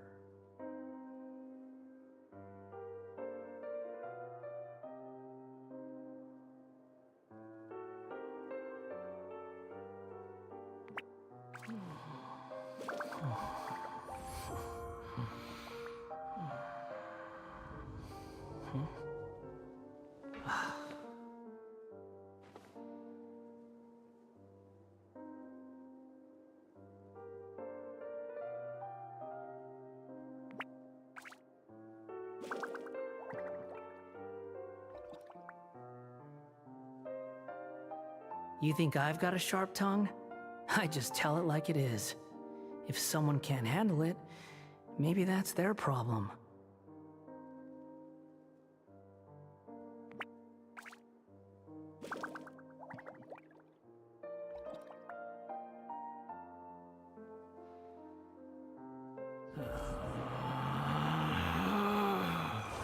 Relax.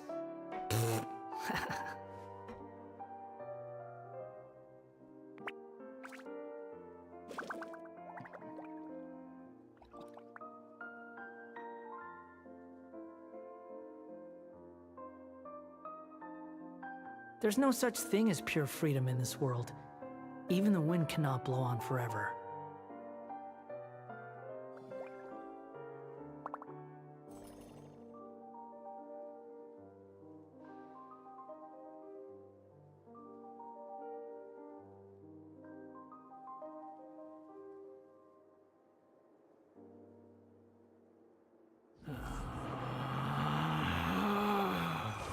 Relax.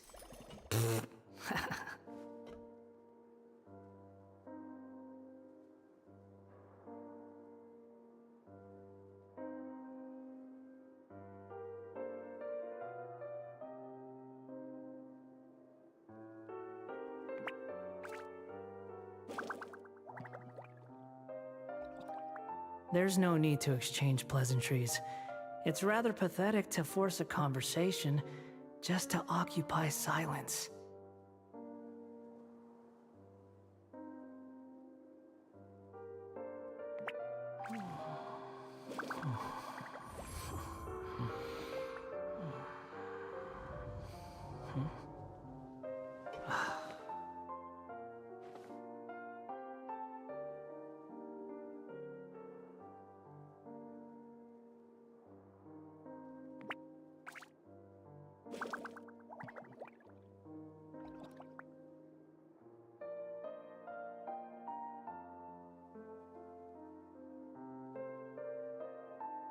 There's no such thing as pure freedom in this world. Even the wind cannot blow on forever.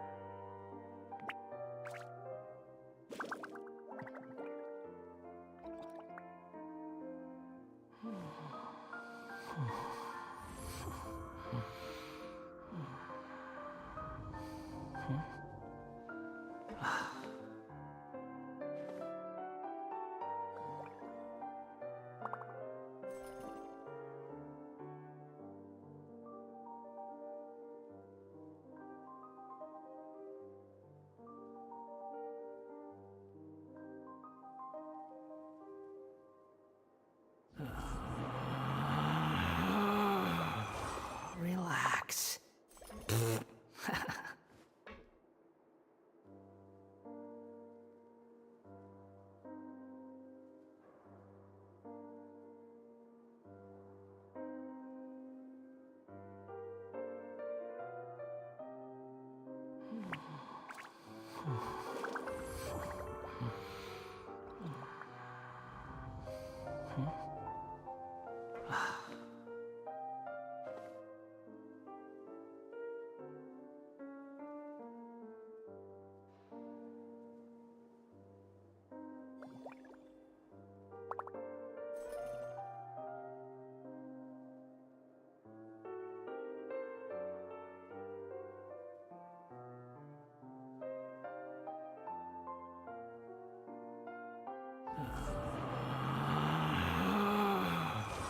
Relax.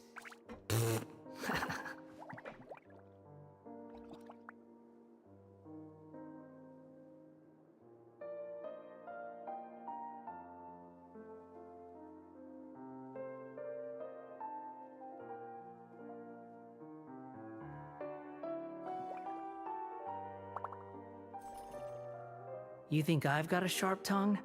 I just tell it like it is. If someone can't handle it, maybe that's their problem.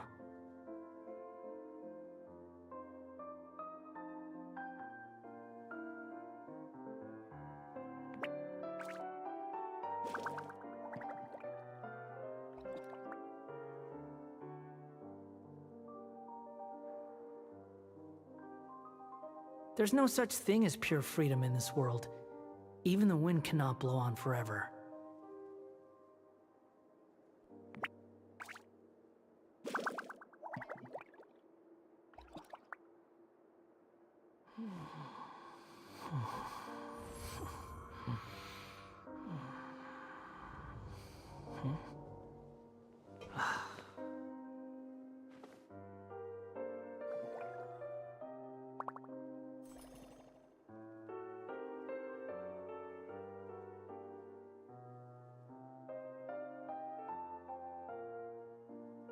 You think I've got a sharp tongue? I just tell it like it is. If someone can't handle it, maybe that's their problem.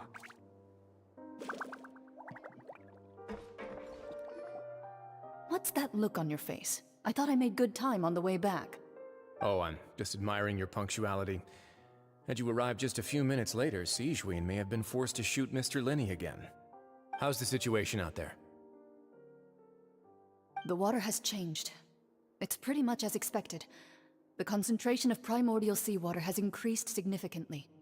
I was only out there a short time, so it wasn't too bad. But if one were to stay for any significant amount of time, well, you can see how that boy's doing. Where was he when you found him? The abandoned zone at the end of the pipes. A good distance into the water. Closer than I thought. He must have recognized it early on and tried desperately to swim back. Locking the door was necessary. I don't think we could have saved two. Well, I did try to convince him that I had my reasons. Never seems to work, though. It would probably work on 𝂸🂸🂸. He has a knack for picking out who had good intentions, even when the outcomes were all terrible. It's a bad sign if you're having to plead your case to 𝂸🂸🂸. Want some tea? Not particularly. If you want to drink some that badly, just say so. Fine, I'd like to get some tea. Want me to get you a cup too, since I've already made it? Might as well then, I suppose. Actually, do you have a towel? I would like to dry my hair.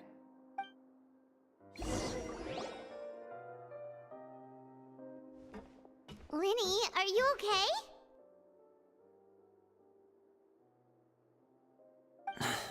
I'll be fine. They're all here now. Don't worry about me. Are you sure? You don't look all right. My hands and feet are still a bit weak, but that's probably just the residual effects of the tranquilizer shot. I'm back, everyone. Lenny! Oh, Traveler, Paimon, you're here too. Remine? Is he... He'll be fine. But for now, please help me lift him up.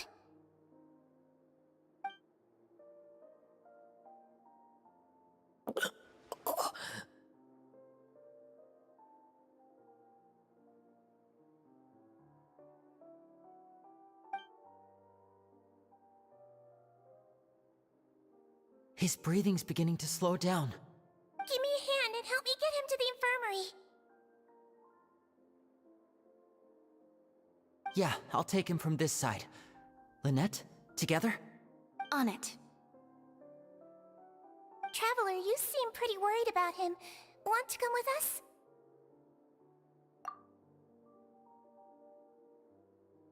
The Duke and Clarande are gone. They probably went to get some tea. The Duke will explain the truth in just a bit.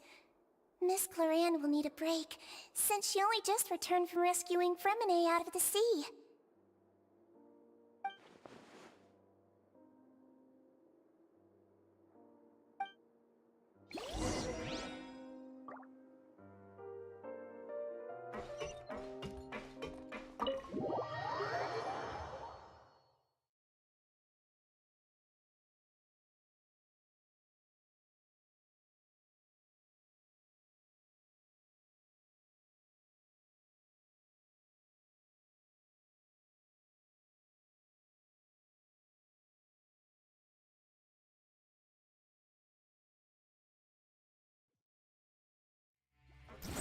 Behold!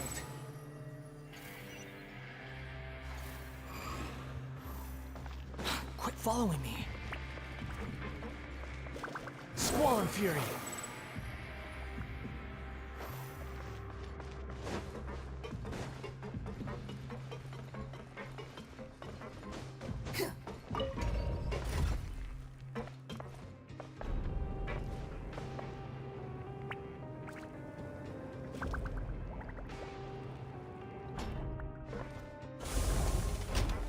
The wind rises.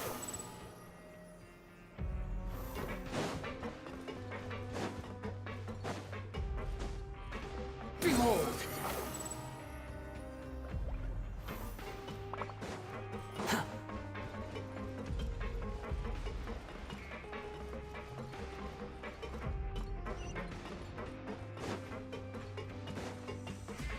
Squall and Fury!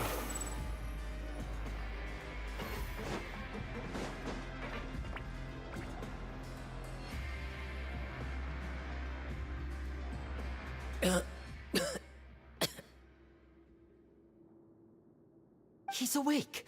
Fremine, how do you feel? Lynette. We're all here. Where am I? The infirmary, at the Fortress of Meripede, Mr. Fremine. And you are no longer in any danger. How do you feel? Don't push yourself if you're not feeling up to it. Traveler. Paimon. It's been so long. The sea. There's something wrong with the seawater. Shh, it's okay. We can talk about it after you've recovered. No, listen to me. This is really serious. There's primordial seawater mixed into the regular seawater. I don't know why it's there, but no one should touch it.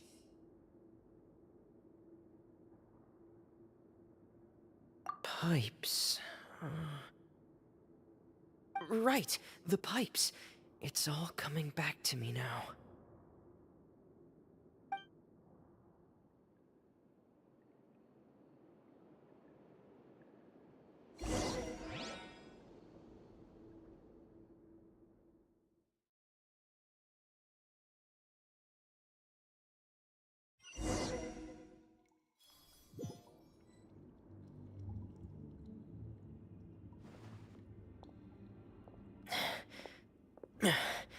I'm in. Seems like this pipe hasn't been used in a long time. It looks abandoned.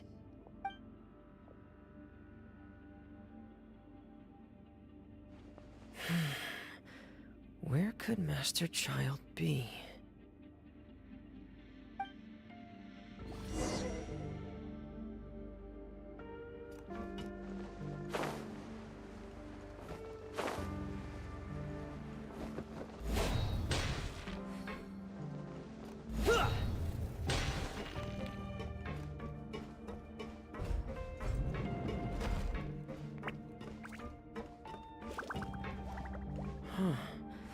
This mechanism looks like it's been tampered with.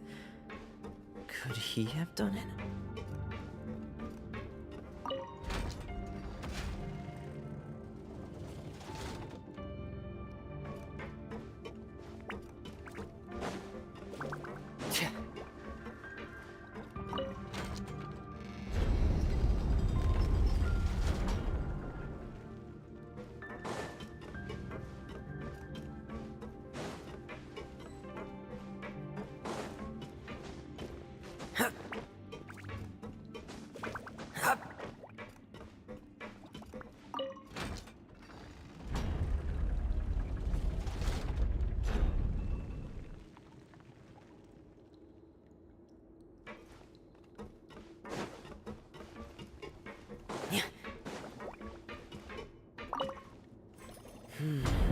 It's getting stuck on something. Seems like I'll have to avoid those obstacles while I turn it.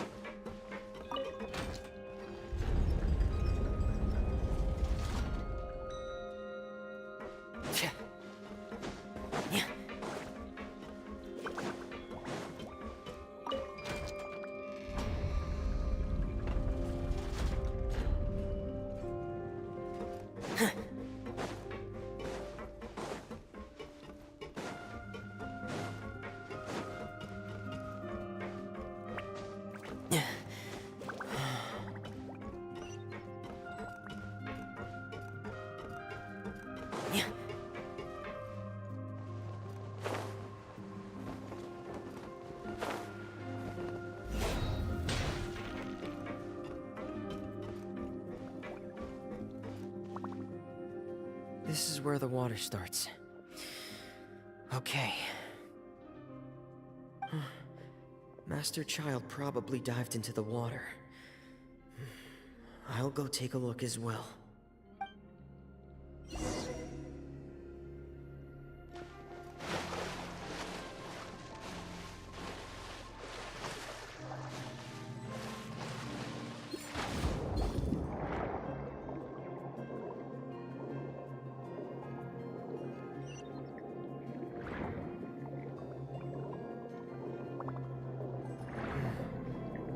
Vegetation here is a bit more sparse. These traces aren't natural. A person must have left them, and recently. I should be going in the right direction. There are traces here too. I need to keep going. Huh? The traces are gone. But I don't see where he could have gone from here. Wait, what the?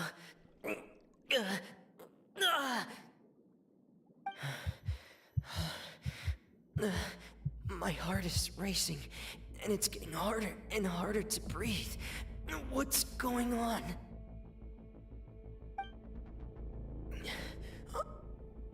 No good. I have to get back. They still don't know anything about what's going on. If I turn back right now, I should still be able to make it.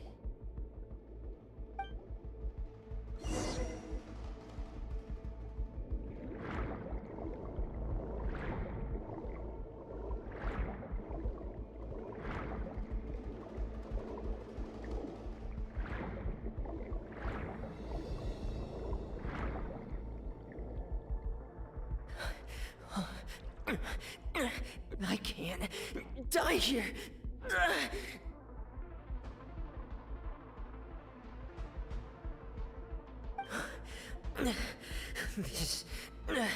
This is bad. I'm feeling worse and worse, and I'm still underwater.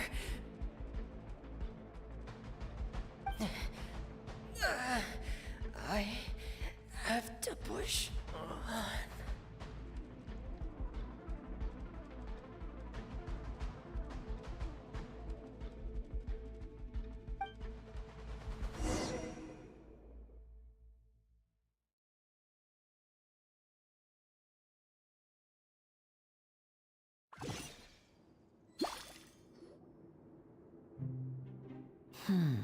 So, in other words, the trail you were following vanished, and you had no idea where Master Child could have gone.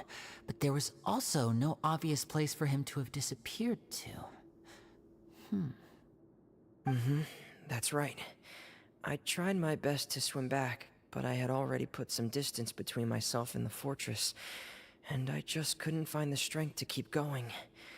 I probably passed out some time after that, and you know the rest. Miss Clarand brought you back, but we also don't know why she just suddenly appeared at the fortress, or why she went out to save you. Miss Clorand, you say? I must go thank her in person. You're still too weak, Fremine. You can go after you've had some more rest. Miss Lynette is right. I believe Miss Clorand will stay here as a guest for another few days, so there's no need to hurry. A guest? Then I can assume Wriothesley was the one who invited her to come down here? You should ask His Grace about that. He'll be able to explain better than me. Yeah, it's about time he actually told us what's going on.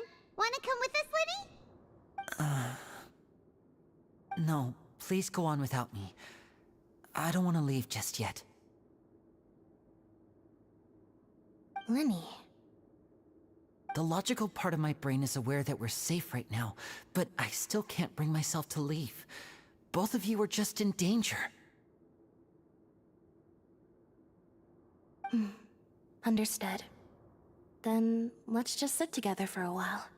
In that case, I'll leave the infirmary to you. The Traveler and I are going to head out for now. As long as you stay in here, I don't think you'll be disturbed. Thank you.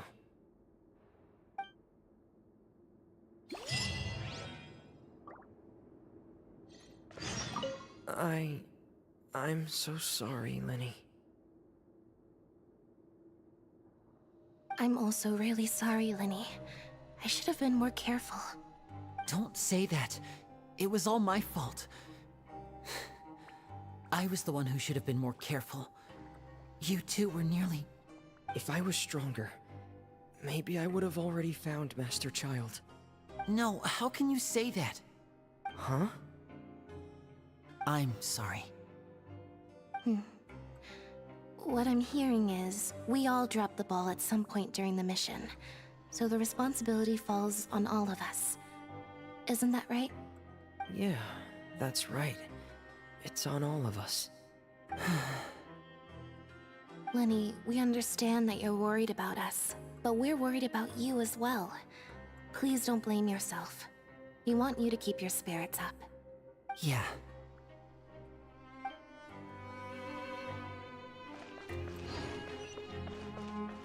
Quit following me.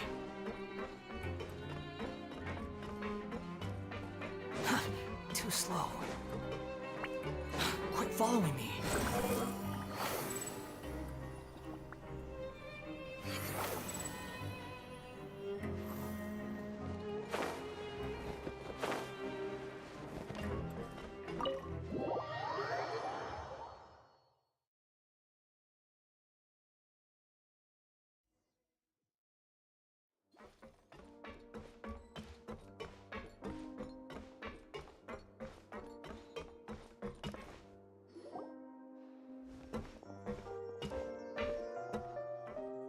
Excuse me!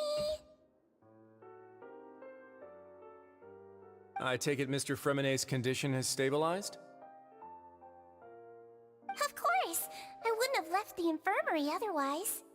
I've been expecting those two, but might I inquire as to the purpose of your visit, Miss Siegewien? I wanted to check up on Miss Clorand. How are you feeling? Mostly fine, I think. If you don't mind, I'd like to perform another quick physical exam. It'll just take a few minutes. All right. Thank you for looking out for me.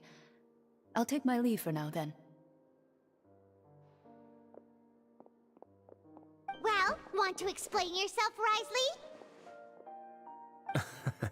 Of course, but I'm not partial to the word choice of explain.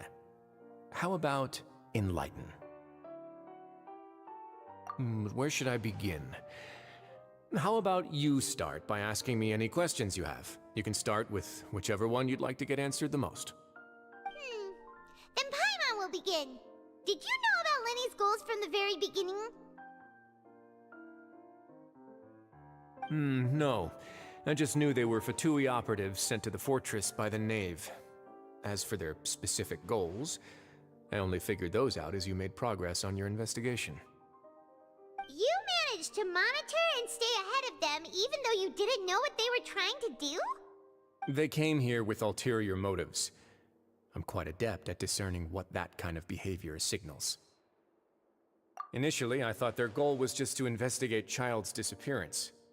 Lenny suggested that I had deliberately let him escape, but in truth, I didn't really do anything special to help or hinder him while he was here. Everything he did, from finding helpers to leaving this place, he did on his own.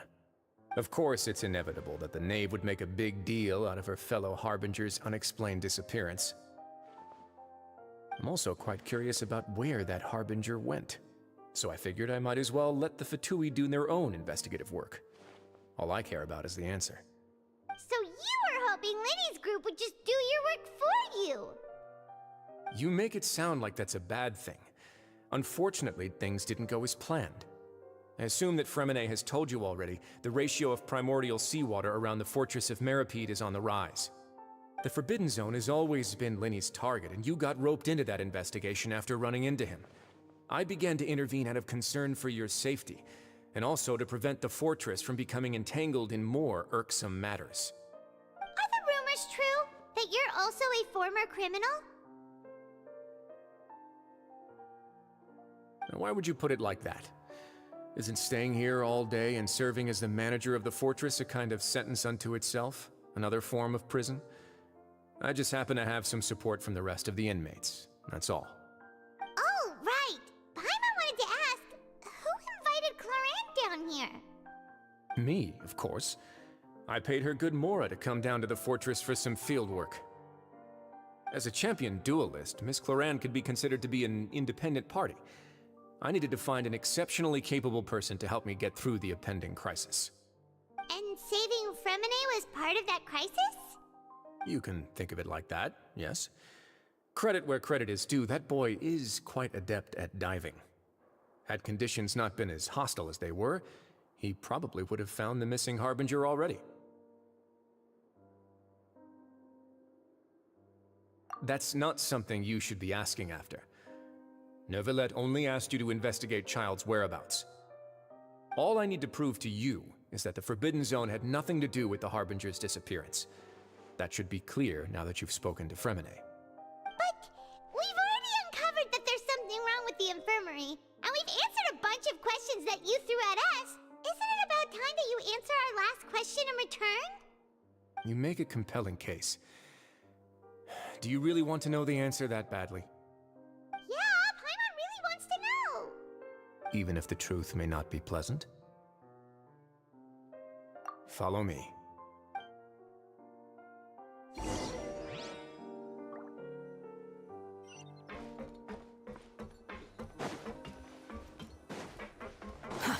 Too slow.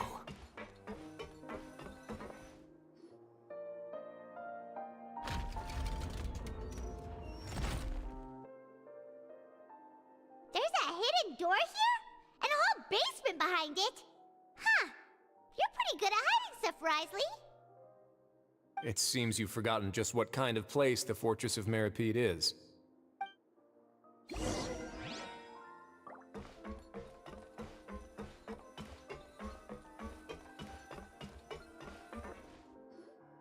Stand on the central plate.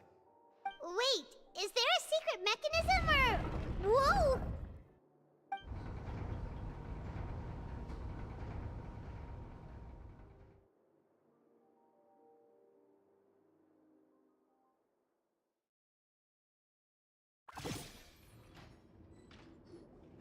So, this is the Forbidden Zone? Honestly, for a place so well hidden, Paimon sure doesn't see anything special. What a huge door! There are 3 such isolation gates in total. Generally speaking, I'm the only one who's allowed to go inside. hence the name Forbidden Zone. Am I correct to assume you're going to run on back and tell your little Fatui friends everything? Well, Paimon wasn't thinking of keeping anything from them. Well, I'd advise you wait until you've seen the whole truth of this place for yourself before deciding whether or not to tell them.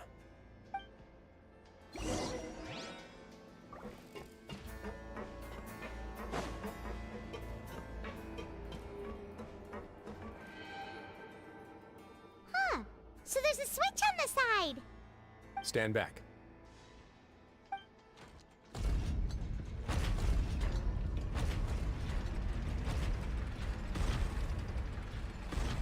Whoa! They all just went up one by one!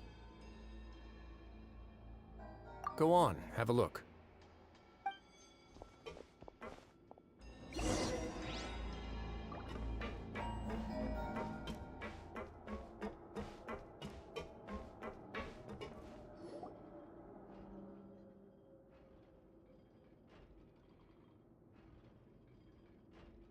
I've been interested in what lies beyond that gate ever since I assumed leadership of the Fortress of Meripede.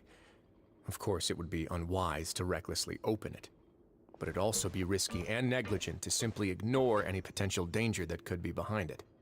The readings on that dashboard have not budged since the day when I first laid eyes on this place. But over the past year, the needle has crept upwards from its original position, likely because some parameter it's been tracking has changed, if only infinitesimally. Normally, I would have ignored it, but I happened to have some free time when I noticed it, so I investigated. Any guesses what the reading could be tracking? Very reasonable guesses. I've considered both of those as well. Unfortunately, our dashboard is tracking something less ordinary. The temperature should vary with weather and climate changes, so for something that rarely shifts, the water pressure is more likely. We ran a few tests to increase the pressure from the outside, but the readings didn't change at all. Later on, a few more possibilities occurred to me, such as a potential connection with the primordial sea. I began to make a few preparations based on that hypothesis. Over the past few days, the needle has moved again. With that, and the symptoms that Fremine displayed after leaving the fortress, I can now confidently conclude that the readings represent the concentration of primordial seawater in the seawater nearby. The concentration of primordial seawater? But we're already under the sea! And that is precisely the problem. We're at the bottom of the sea, and now we're surrounded by toxic seawater. Somehow, primordial seawater got mixed in, and the concentration is steadily rising. Yes, that's very likely. But forget about the two of us! Not even Novelette knows where the primordial sea could be, much less where we could find and plug a leak. Oh. Oh! Seems like you've figured it out. I believe the primordial sea lies directly beneath this sluice gate. For some reason, the primordial seawater levels have risen significantly, and it's now very close to us. The indicators are now red. Although the gate still stands, some primordial seawater has already leaked out and mixed into the sea around us. If this continues, soon it will no longer be able to hold back the primordial sea at all.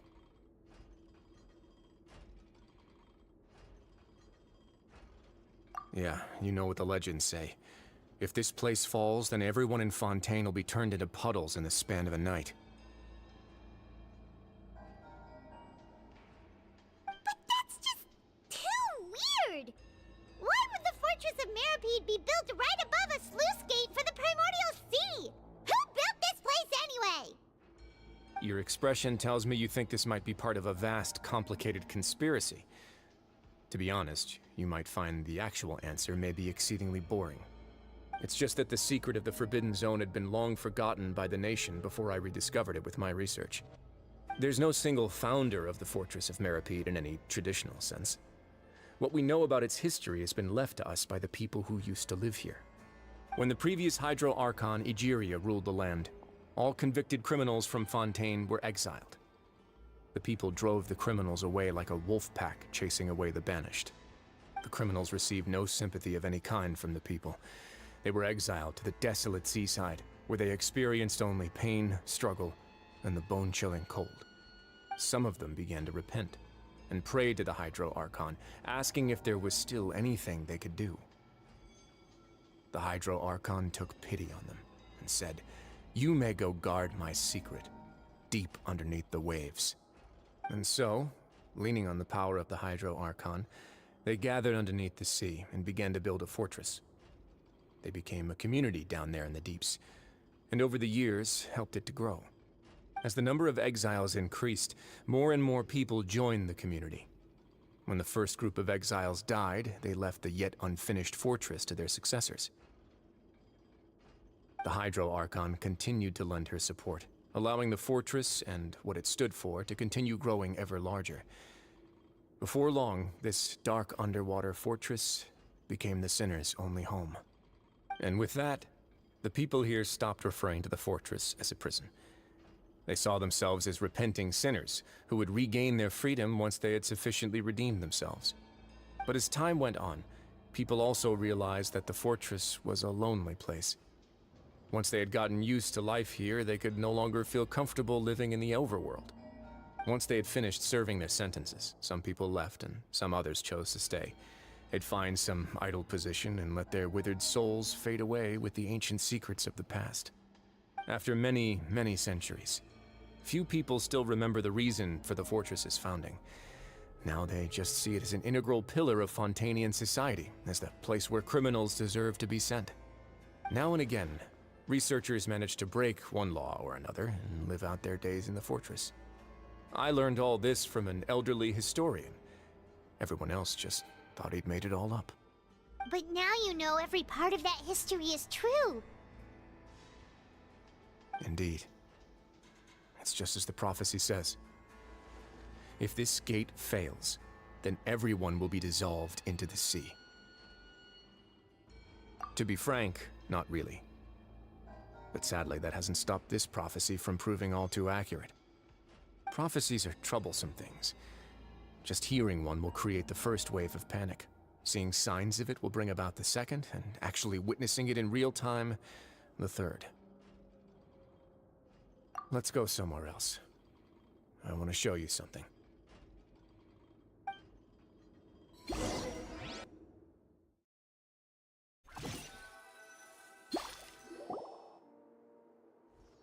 This is it.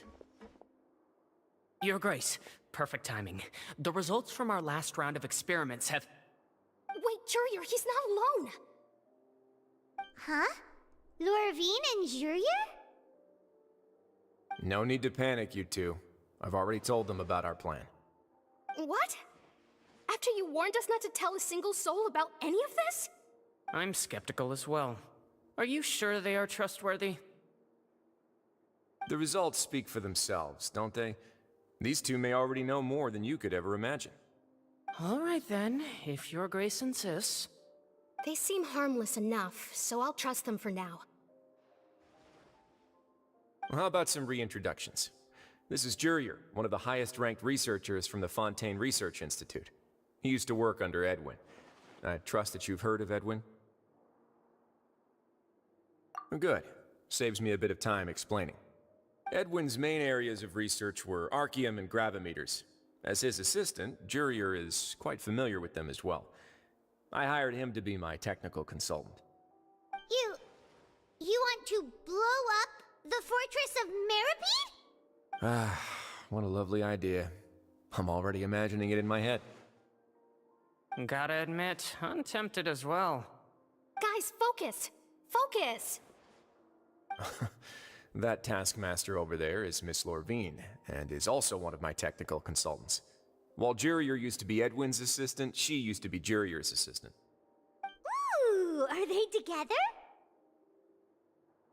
See, everyone keeps asking this question. Are you too sure you're not a couple and just using your work as a convenient cover? Your Grace, I am not in a relationship with this man. If I dated her, I'd officially be madder than Edwin. Jeez, forget I said anything then.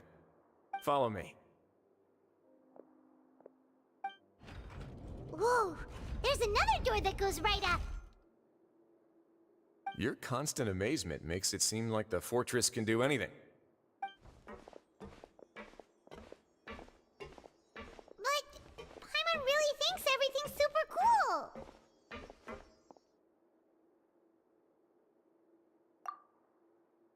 Well, let's spice it up a bit. And here you go.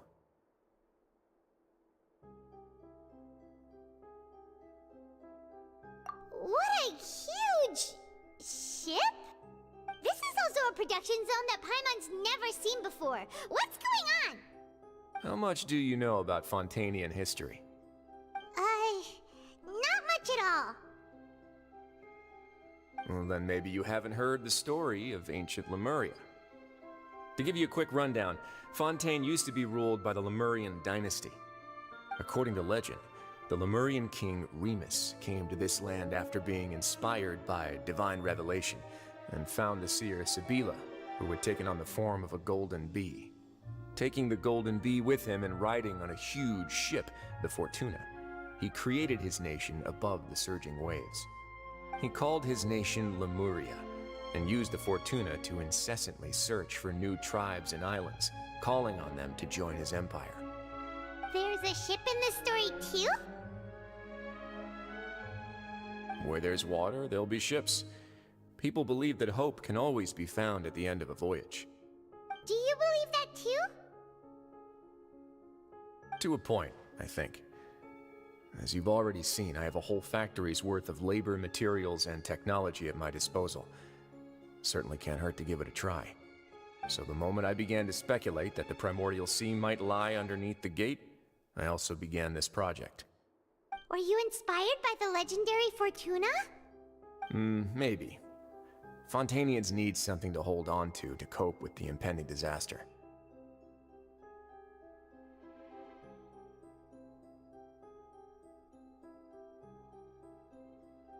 Were the workers to find out the truth behind this ship, riots would destroy the fortress faster than any catastrophe. As the fortress's administrator, I'd never make such a reckless call. Alright, that's enough talking for now. I'll need another 3 cups of tea to soothe my throat. Do you have any other questions? Seems like you're good. Come on, I'll take you back.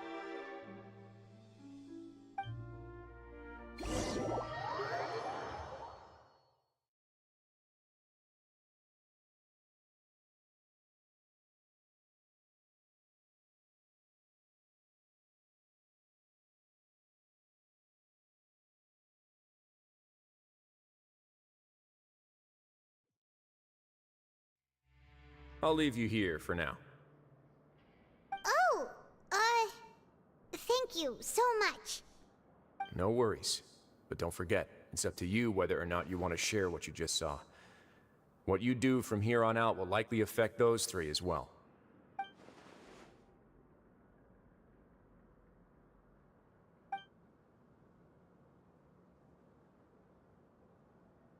Yeah, we'll put a lot of thought into it for sure. Great. I look forward to what happens next.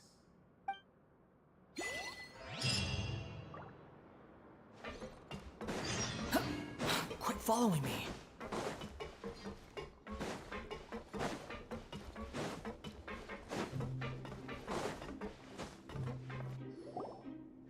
We're back! Welcome back. Do you want a cup of tea? How can you be so much like Wriothesley, always drinking tea? Huh.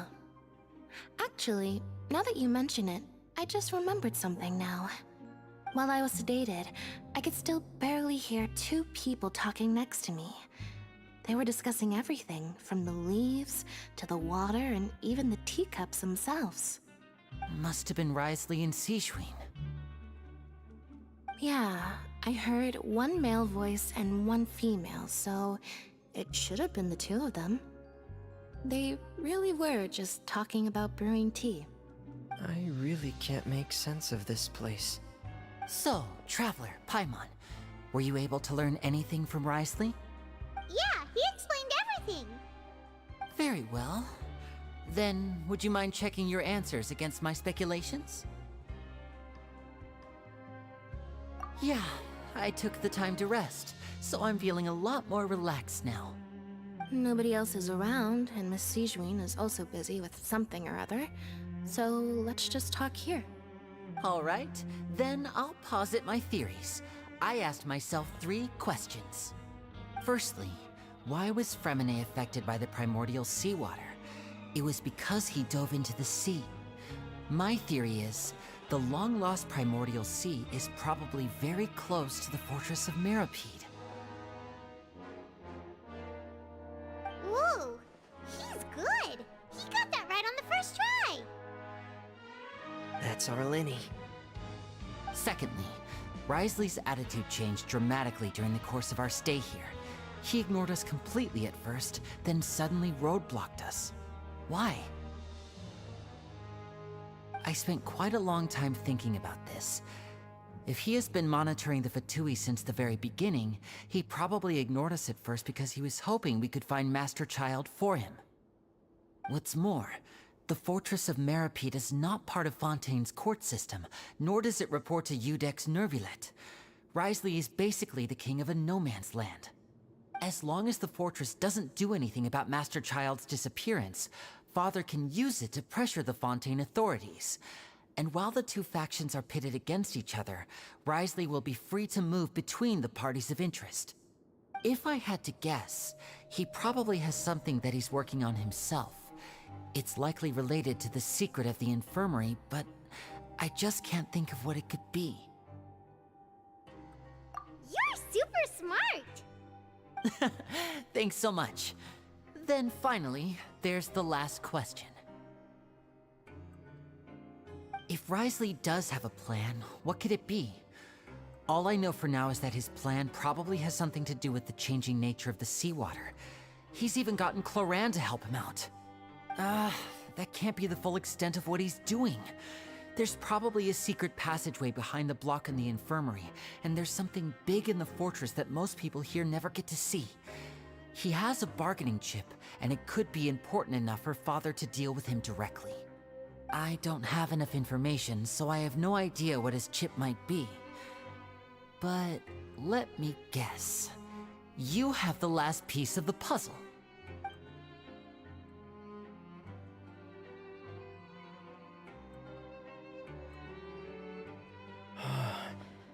I can't believe it. The sea will engulf everyone. Just like the prophecy said. Could Wriothesley have wanted to meet Father to figure out a way to deal with this crisis? If you remember, I once mentioned that Father sees the House of the Hearth as her base of operations, and she truly wants to resolve the crisis. But how could Wriothesley have known that? Or perhaps he didn't know, and just wanted to bring Father over to his side? Which could be why he said he just wanted to negotiate. Yeah, that makes sense to me. I understand your concerns as well, Traveler. I'll figure out a way to pass this on to our father. No matter what, we're on your side. The 2 of you have already aided us far too much. We probably wouldn't be standing here right now if not for you. If you ever need anything else going forward, please come to the House of the Hearth at any time. Though you may not share the sentiment, after all that we've gone through together, the 3 of us basically see you as family now. You have my gratitude. Thank you for protecting Linny when it really mattered. And thank you for sharing the secrets of the fortress with us. We didn't think you were going to do it. Why are you being so formal all of a sudden? Given your strength, you might not need our help at all. But if you are ever in danger, we will try our best to protect you. Aww, the sound of that makes Paimon feel all warm and safe inside.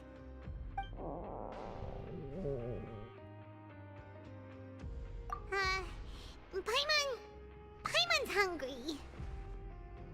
Oh, you've done so much already. Go get some food. Alright, then we'll catch you guys another time.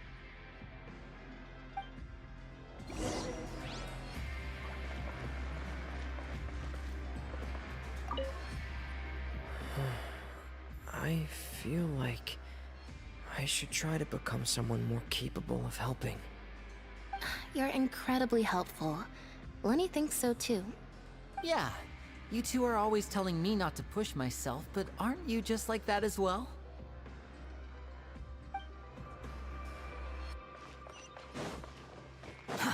Too slow. The wind rises.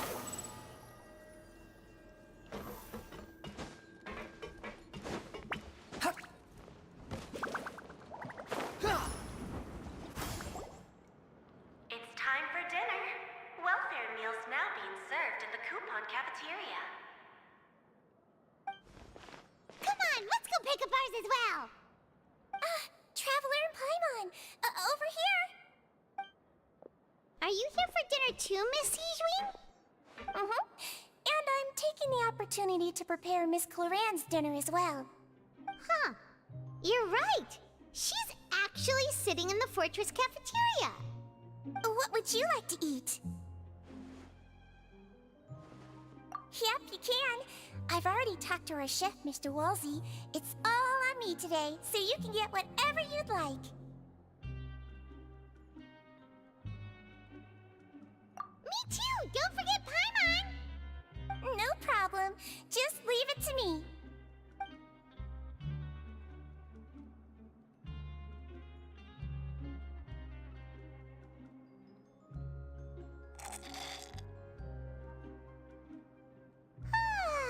So delicious. Paimon's so happy. Paimon wants to feast like this every day. Feeling full yet? How's the food? Delicious. I'm so glad to see you all so happy. Oh, see, the expression on your face just now? The muscle here just moved, which suggests that you're feeling quite relaxed at the moment. Sijuin, do you do this to help your patients or to better understand human beings? A bit of both, I suppose. I'm a Melazine, which means I'm very different from human beings. I must know what you're thinking if I want to take good care of you. You're really good at taking care of people. Even though you're so short, you still talk and act like an older sister. Really? You're reminded of an older sister? That's great to hear. Oh, and what did you mean back in Wriothesley's office? When you said that you were protecting Linny and his siblings as well? Oh, that. I just asked His Grace to look out for those children, especially that diver boy. I was getting a bit worried after hearing that something was wrong with the water. Thankfully, Clorand is very strong and managed to save him in the nick of time. His Grace also sealed the pipes after Clorand left, to make sure that Linny wouldn't impulsively chase after his brother. Although the path was blocked, we still stationed some guards there to stop anyone from approaching.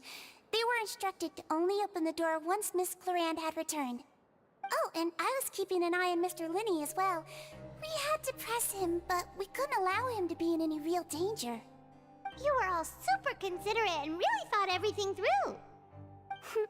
It's just what we do down here at the fortress. At least this has been His Grace's style for as long as he's been the leader. Oh, I really wish Monsieur Nervula would come down here more often too. I feel like he'd like it here, with all the darkness and chaos.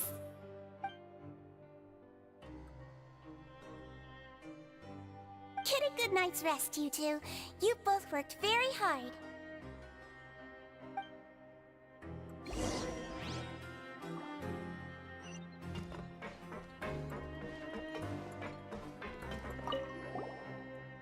Clorand!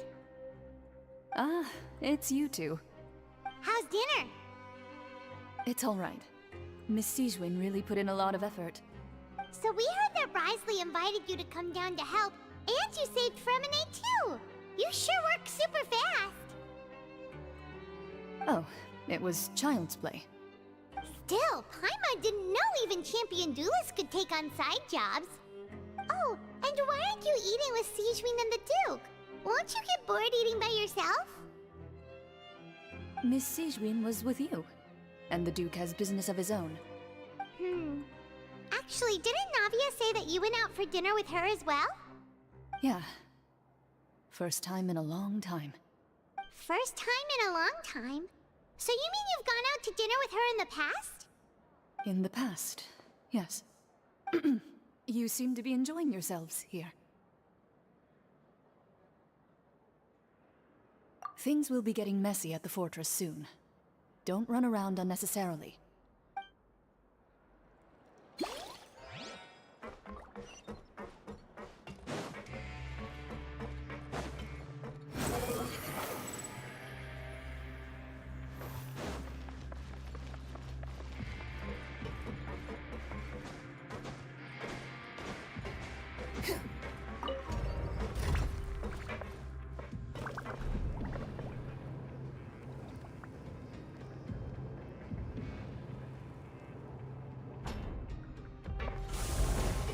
Behold!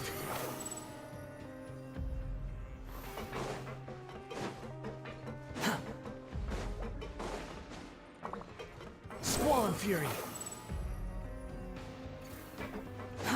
Too slow. Quit following me.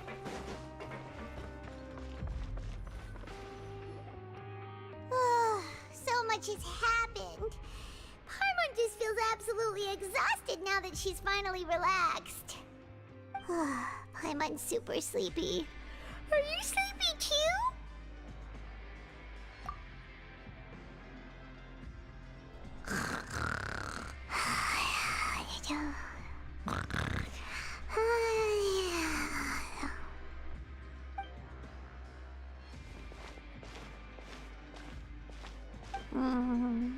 Delicious.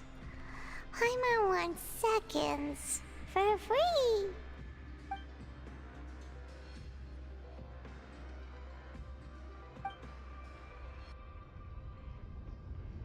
Out of my way!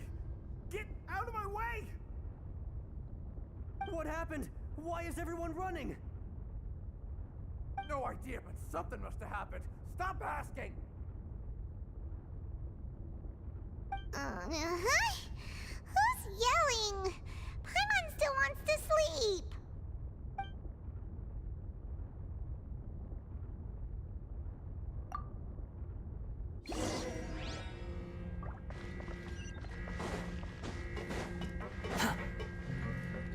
Quit following me.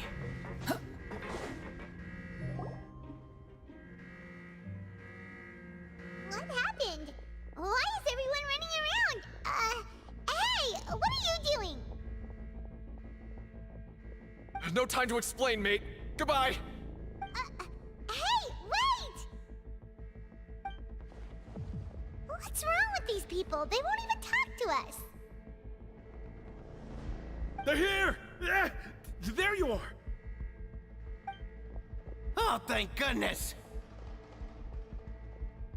Quisto and Lavaroon, do you know what happened here? We came here especially to inform you. Something seems to have gone terribly wrong just now. His Grace is telling everyone to evacuate and get out of here. Lavaroon was saying you two are new here and you don't have many friends, so you might slip through the cracks. Haven't you heard all the stories like that? An evacuation is successfully completed, yet you only find out once you do a head count that 1 or 2 people are missing. Wait, weren't you the one who brought that up? Why is it suddenly my idea? Hey, shut up! Okay, whatever. The point is, you should come with us. Yeah, he said to get as far away as possible, upwards and outwards.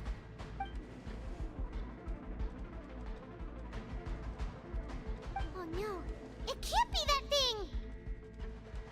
Oh, wait, what? What? Hey, where are you going? We have to go find the Duke! You two just go and get out! Go on without us! Hey, hey! Be careful! Attention! Please evacuate upwards and outwards, upwards and outwards. If you're already at the topmost layer, then try to move as far outwards as possible.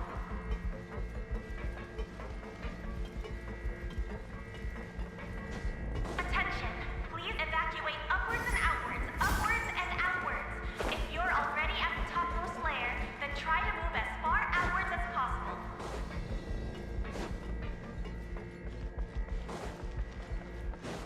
run. Attention! Please evacuate upwards and outwards. Upwards and outwards.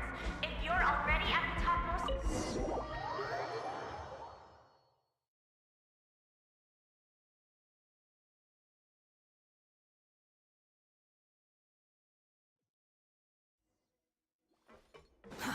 Too slow.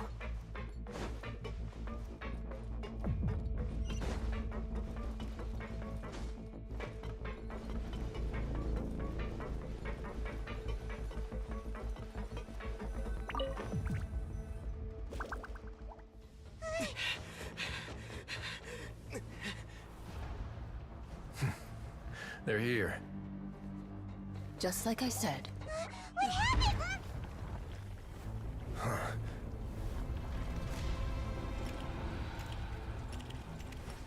You're just in time. But be ready to run.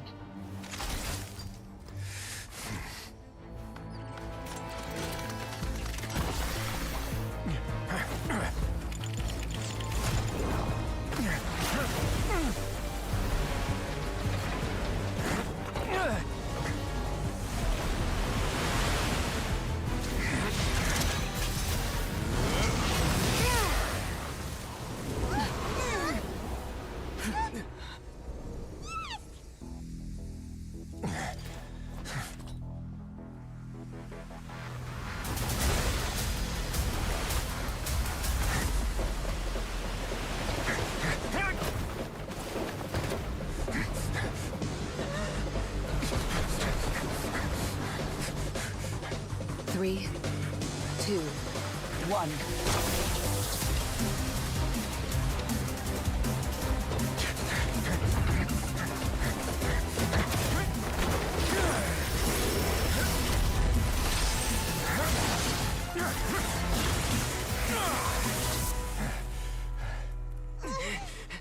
This won't hold it for long.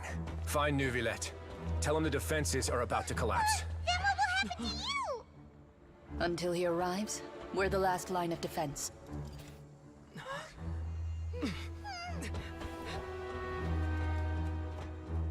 The gate. How long do you think it'll hold? That depends on us.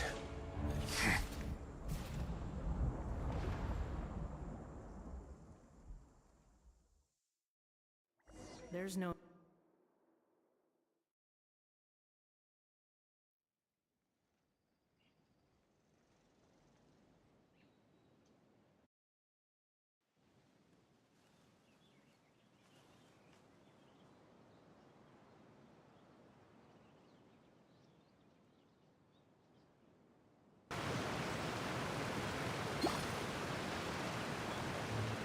𝂸🂸🂸🂸, why are you here?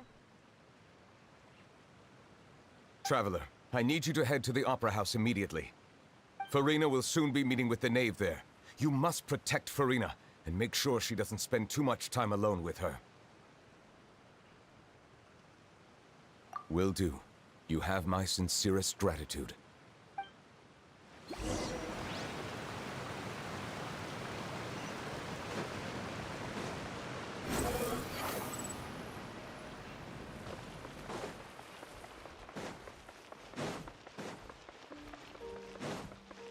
Behold!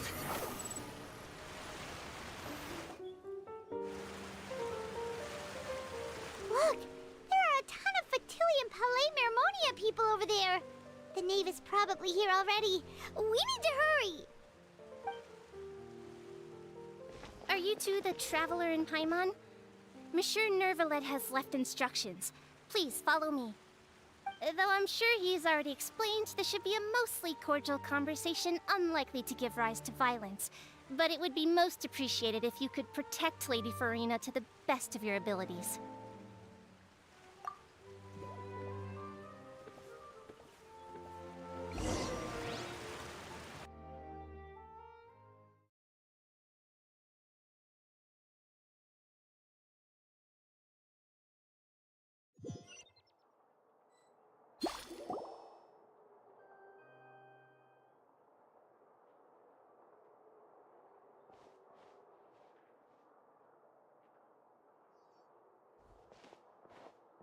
Oh, so you two are the honored guests Miss Furina mentioned. Of course, of course. How could they not attend a meeting such as this? I must always have 2 or more guests at my dessert table. Otherwise, the occasion would be too lonely and unbecoming of my station. It is my pleasure to make your acquaintance, traveler. I have heard much of your accomplishments. I am the Knave, one of the 11 Fatui Harbingers.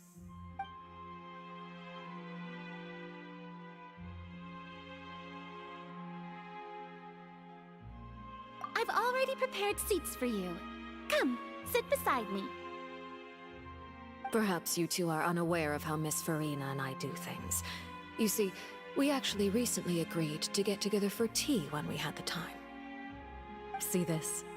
This is a limited type of confectionery that Miss Farina simply adores. There are only 16 slices sold every day. Here, why don't you and Paimon have a taste?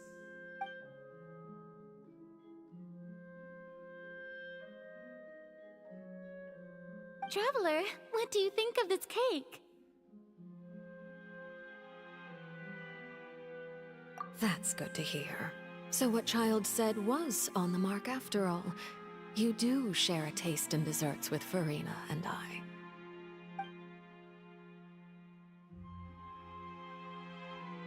I wonder how he's doing nowadays. You must have heard, right? He's suddenly gone missing. I'm really worried about his safety, you know. Here's to hoping that he's an excellent swimmer. Since we're talking about him, I feel like I should add something. His martial prowess really looked certainly pretty impressive, yeah.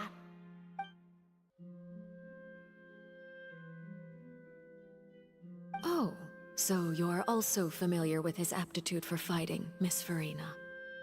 Oh, right. I almost forgot. Child was subdued by Iudex Neuvillette right in front of you. Against ordinary people, my colleague would never be on the back foot. But alas, he just never imagined he'd run into such a person. I must express my admiration for Monsieur Neuvillette. Coming from you, that's not surprising at all. But I thought you would be happier to hear the news. Of course, but it's still a bit of a shame. You see, I would have been far happier had I received this news somewhat earlier. As you well know, a long time has passed since Child disappeared.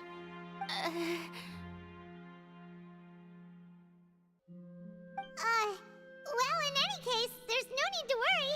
We know for sure that Child is still alive. Oh, and just how do you know that? Because we found evidence that proved he left the Fortress of Meripede. And where did he go after leaving the fortress? Well...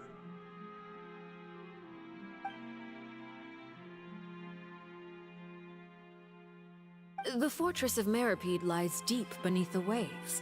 Unless he pranced right out of the main gate, he must have had to swim for it.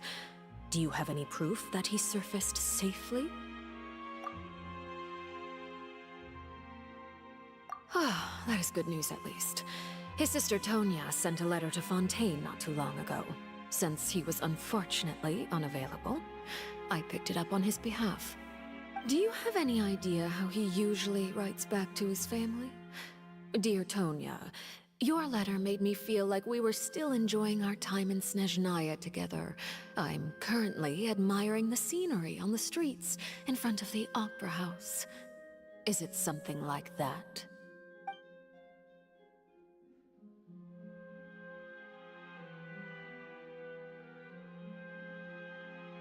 All letters tend to follow the same few formats anyway, right?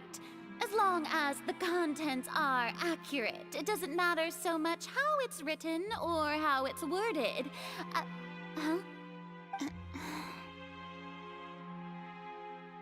Hold on. The water in the teacup is shaking. I suppose this is also a sign of things to come, Miss Farina. Huh?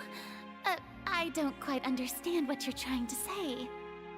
Have we entered into the next stage of the prophecy?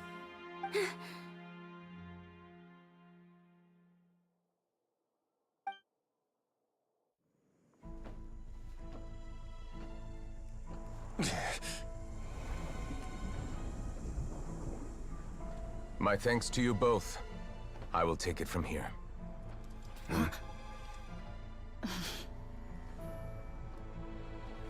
Sure you don't need a hand? Quite sure. Wow. So, what's your secret, huh? Let me guess. Nah, who knows? Maybe it's just your sense of responsibility. Sounds about right.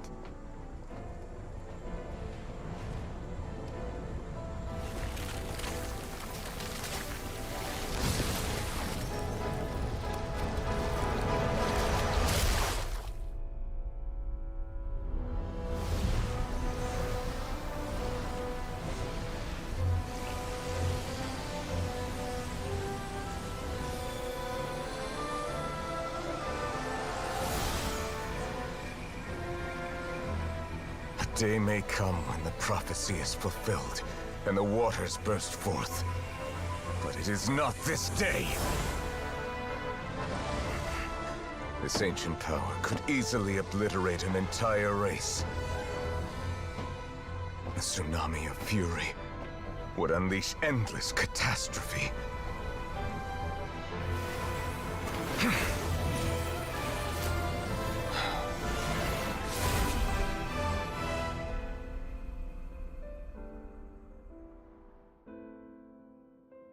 This sentence is too severe.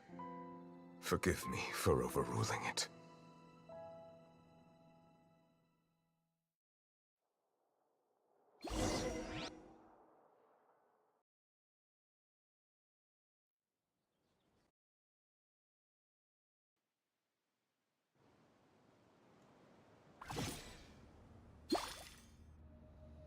All right. Seems like the problem inside has been suppressed.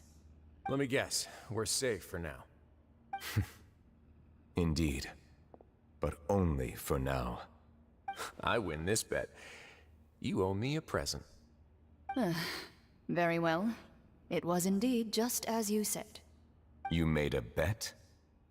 We made a bet on the size of your entourage. Cloran thought you wouldn't come down by yourself. I figured you would have at least brought a few people along for appearance's sake.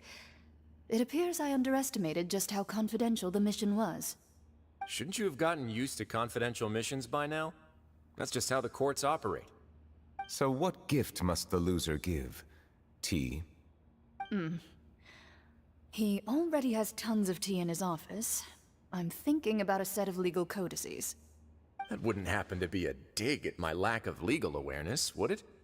Well, I'm sure His Grace doesn't consider the fortress to be outside the law. I was under the impression the residents of a place like this would be uninterested in the legal codices. That was obviously a joke. Anyway, you've still got some unfinished business to attend to in the overworld, correct? No need to stay here if you have a pressing matter. We all know you can't leave Palais Mermonia for long. Thank you. I hope everything went smoothly with the Fatui Harbinger.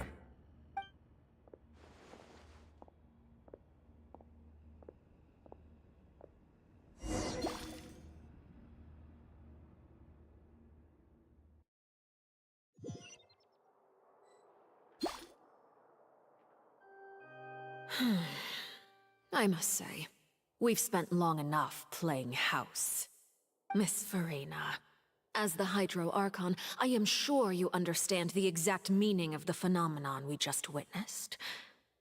Or should I say, that's what I originally thought.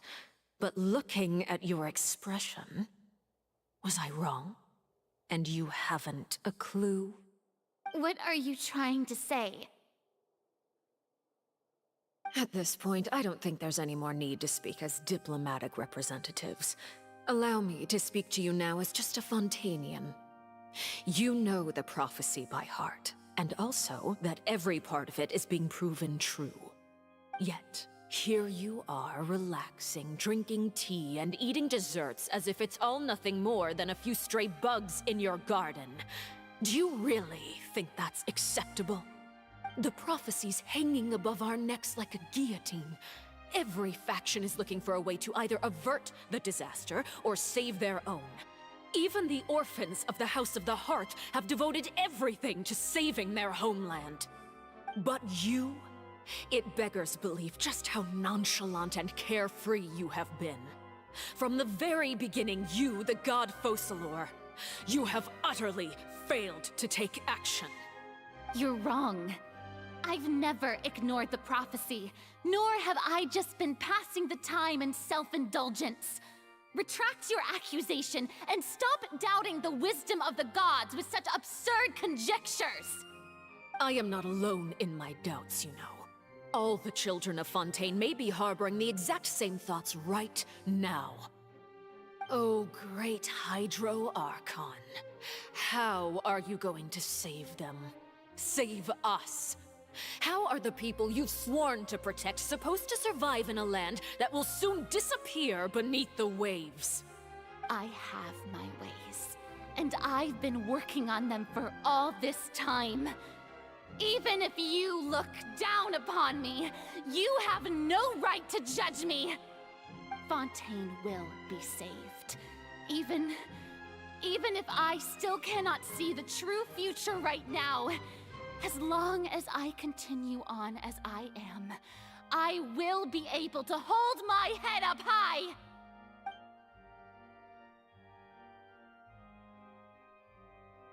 Then I ask you, Miss Farina, just what have you been working on?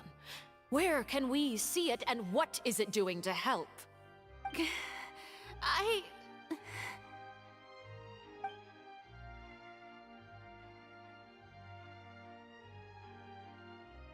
My machinations are just like the prophecy itself. They will only reveal themselves at the fated time. It is just that beings like yourselves are unable to perceive them as of yet. I see. As a god, the proof of your labor always lies beyond prying mortal eyes. Allow me to be so bold as to ask another way. Would it be possible for you to tell us the parts of your plan that are not confidential? Such as your emergency response plan for the impending disaster? An emergency response plan? Oh, that look in your eyes. Have you not even prepared one of those? The emergency response plan is also strictly confidential. Then allow me to jog your memory. Miss Farina, what is the purpose of your Oratrice Mécanique d'Analyse Cardinal? And what do you plan to do with the massive amounts of indemnitium that has accumulated over the years? The Oratrice? It's just like it appears to be. So you also have no idea. If I'm not mistaken, someone's using it to prepare for something. But unfortunately, it would seem that someone is not you, Miss Farina. I first caught wind of this when Linny tried to investigate the Oratrice in the Opera House. You see, even just getting close to the core contaminated him with an extremely large amount of indemnitium. But even if that had nothing to do with you, then what could you possibly be working on, oh great Hydro-Archon? Oh, right. I almost forgot. Udex Neuvillette is not at the tea party with us today. Miss Farina, I suppose you must have ordered him away to take care of some troublesome business. Yes, that's exactly right. Please keep it a secret for me. Of course I will. Although, I must say, Miss Farina, you seem quite insecure without the Udex by your side. Oh, very well.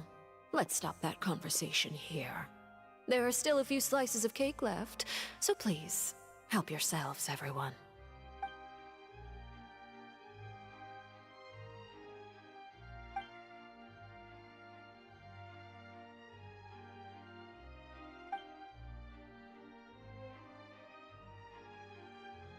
Traveler, I heard that you were recently commissioned to handle a few matters on behalf of the Udex.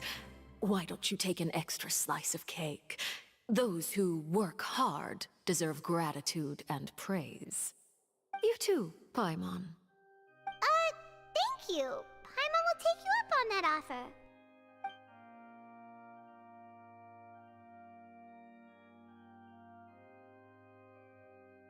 Oh, Paimon's super full. That cake was great.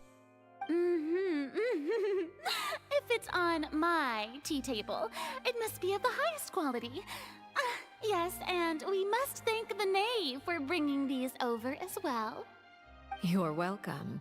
I'm sure the cake also felt greatly honored to be featured at Miss Farina's table. And I was merely catering to Miss Farina's tastes, seeking a chance to chat over tea. It is getting late. Why don't we call it a day? There are still a few matters that I need to take care of, so I must take my leave now. Very well. We'll end it here. Mind seeing me off, Traveler? We could use the opportunity to discuss Child before I must be on my way. Paimon's coming too!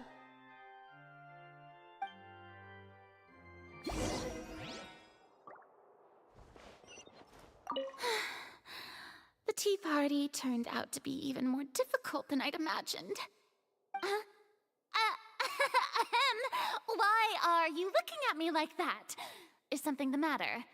If there's nothing urgent, then I shall be retiring for now.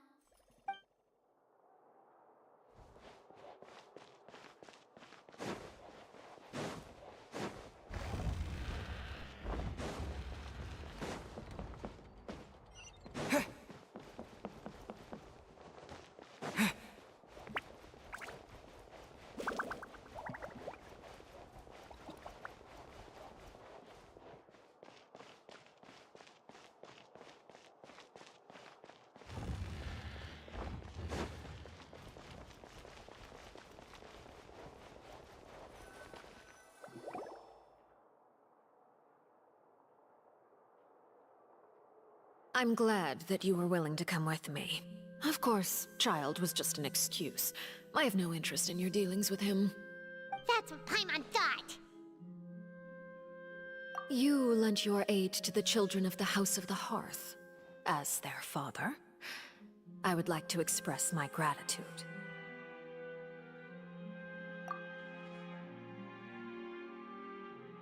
That was all. Formal topics should be discussed in formal settings, and informal topics in informal settings. I know you just returned from the fortress of Meripede. Relax. I have no intention of trying to get anything out of you. Linny, Lynette, and Fremine are still there, and I trust their judgment and abilities. They've all been working very hard and have always done all they can to fight back against anyone who tried to stop them, especially Linny. You mean Wriothesley. He's a tricky one to deal with. It's unfortunate that Linny's so eager to prove himself that he can't learn to rely on others, including me. By the way, and you can just consider this a bit of idle gossip, but what's your impression of Farina?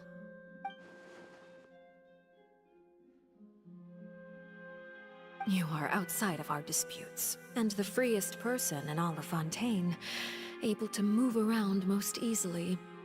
Allow me to share my perspective with you. And that's everything that happened during the trial. Master Child was declared guilty and immediately transported to the Fortress of Meripede.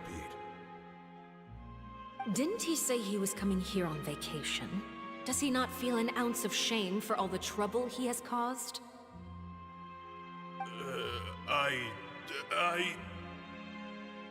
Forget it. He did give us an opportunity. I will be meeting someone shortly.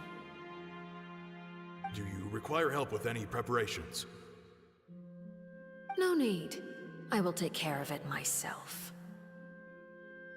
I need to meet with Farina, the Hydro Archon. She is at the heart of Fontaine. But what's fascinating about her is that she often seems more like a celebrity than a working Archon. Oh? Come over here, you little critter, you!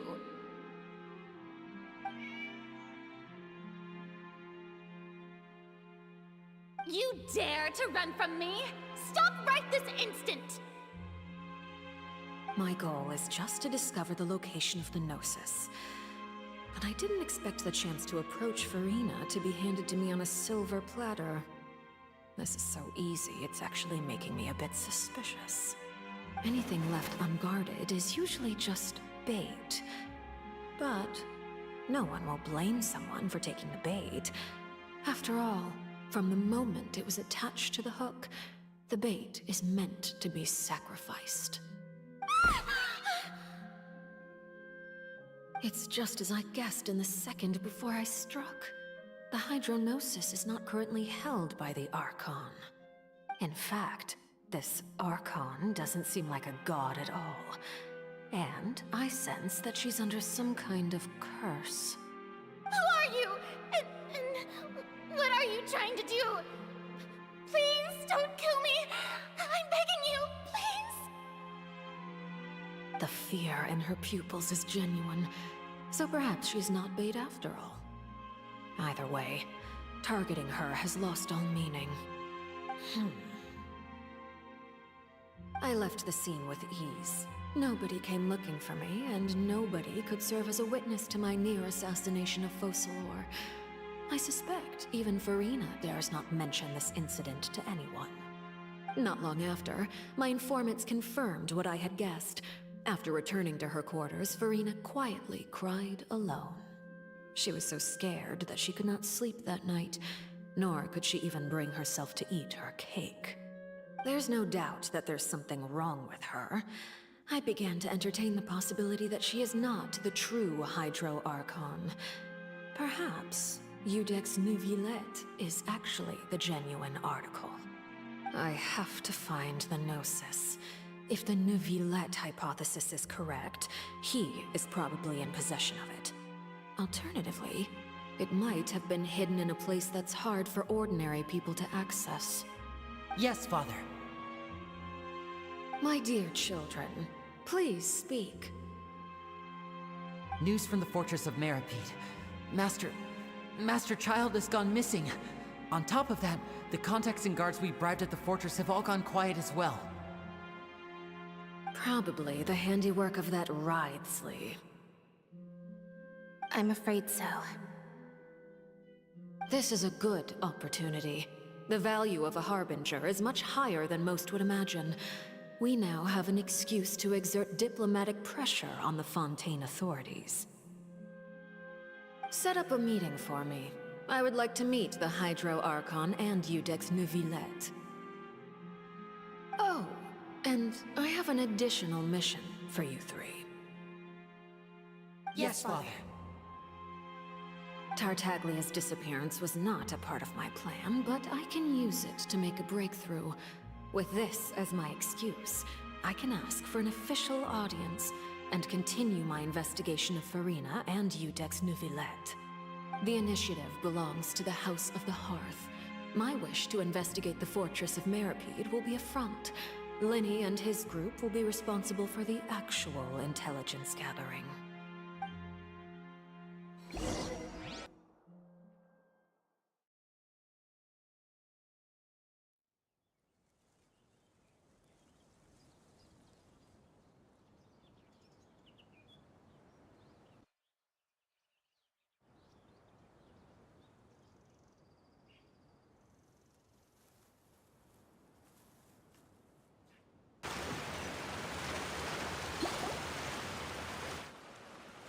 You should know the rest.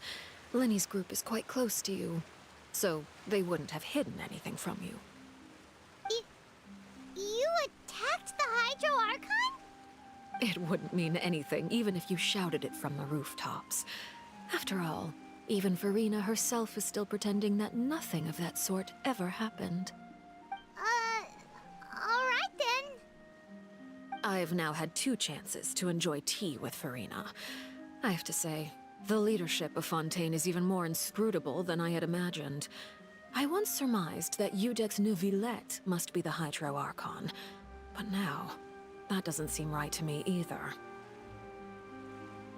I am a servant of Her Majesty the Tsaritsa. Over my years of service, I've learned how a real Archon conducts and carries themselves. Whether Iudex Neuvillette or Farina, neither fits the bill. It's hard to imagine either of them as the Archon. Of course, that is all just how I feel. Gut feelings often do not require justification. It is, however, quite amusing to me that after all my years working in intelligence gathering, I've come to realize I am at a complete loss regarding the identity of the god of the land of my birth. Don't you think Fontaine is quite intriguing? A catastrophe looms, yet many secrets have yet to rise to the surface. It looks like Fontainians will have no choice but to save themselves. Ultimately, though, one must survive in order to do anything else. Should the need arise, I would be happy to cooperate with you. You don't need to commit to anything right now, of course.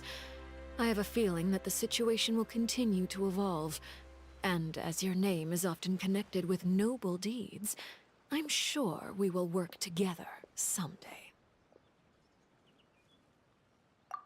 He certainly returned quickly. You must want to catch up with each other, so I'll leave you to him.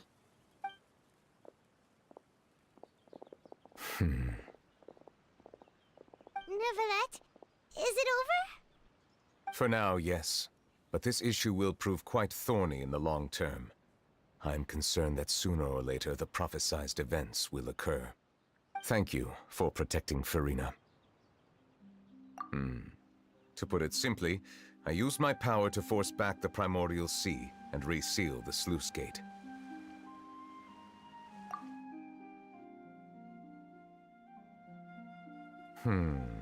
So as expected, the Knave has turned up the pressure on Farina. She's trying to feel her out, though I'm still unsure as to her motives. Permission granted.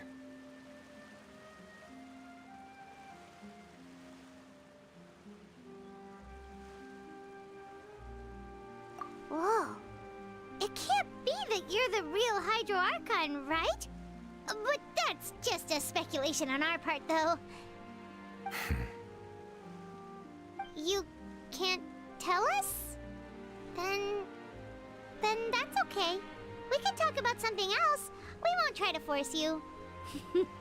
You guys in Fontaine are super strange. If by the phrase, "you guys," you are referring to Farina and I, then although I'm not sure just what you are trying to imply, I must clarify that I do not share her positions on a multitude of topics.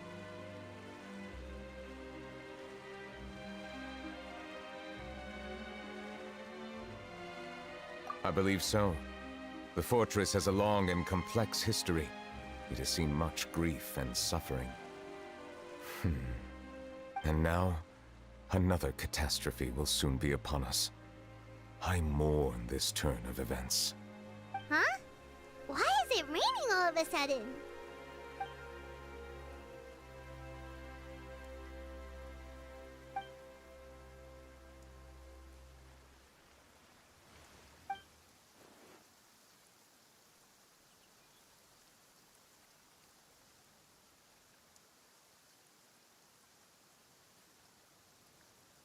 You may be closer to the truth than you think.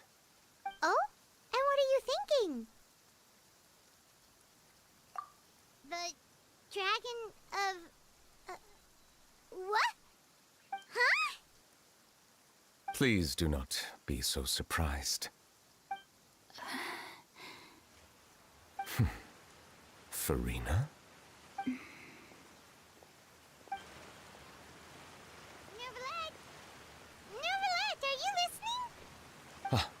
My apologies.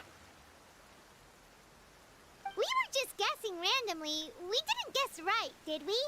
You're not actually the dragon sovereign of water, right? Well, if you don't want to confirm or deny... You guessed correctly. I sincerely hope you'll be able to keep this a secret for me. Right, of course. We'll definitely help you keep it a secret. There's still something Paimon wants to ask you, though. Please, go ahead.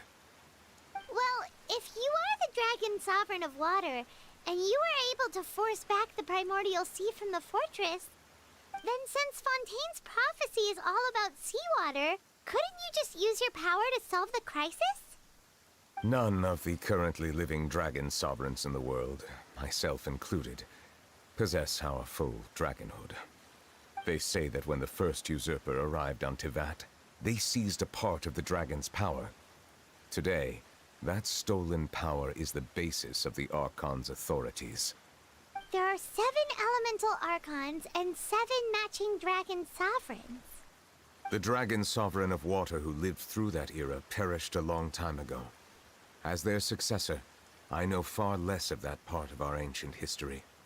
In any case, I believe I will not be able to do much unless the Archon disappears and returns their elemental authority to me.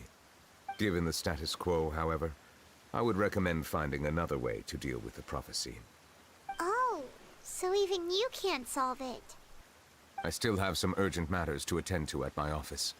If you have any more questions regarding ancient history, you are welcome to discuss them with me at a later time. Please go right ahead. There's a place that Paimon wants to go too. Traveler, why don't we pay another visit to the Fortress of Meropide? Paimon is a little worried. We'll see you another time. Take care.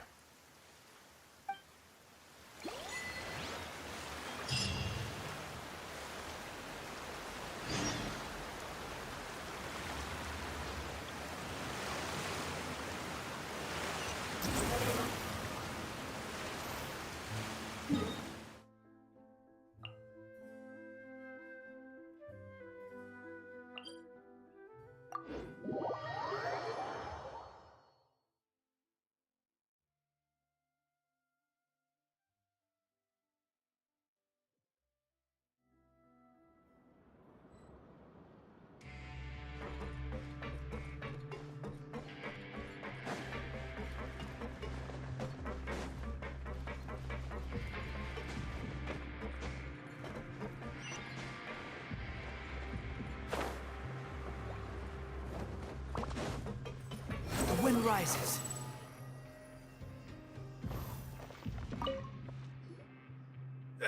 You guys are back?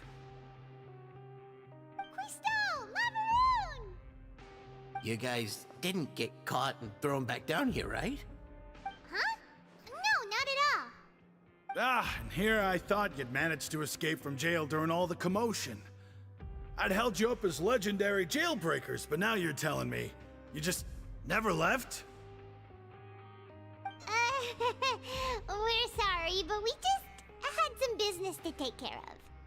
All right. There's no need to get caught up in the details. We're just relieved to see you. He was super worried about you, you know. Hey, it wasn't just me. Weren't you super worried as well? Something like that, yeah. I was also transferred to work in the kitchen a few days ago. I can still hear Quisto mumbling to the carrots. Are those two all right? Do you think they made it out alive? Whenever he'd say that, I'd tell him I'm sure they're fine. Wherever they are, they're kicking back with drinks in hand, enjoying the lovely scenery. Hey, there's nothing wrong with worrying about your prison pals, is there? I mean, considering how they always love listening to all my gossip. These two, they sure are a lot warmer and friendlier than when Paimon first met them.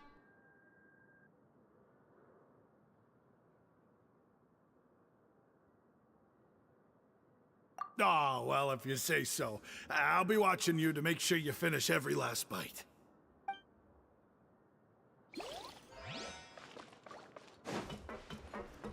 Behold!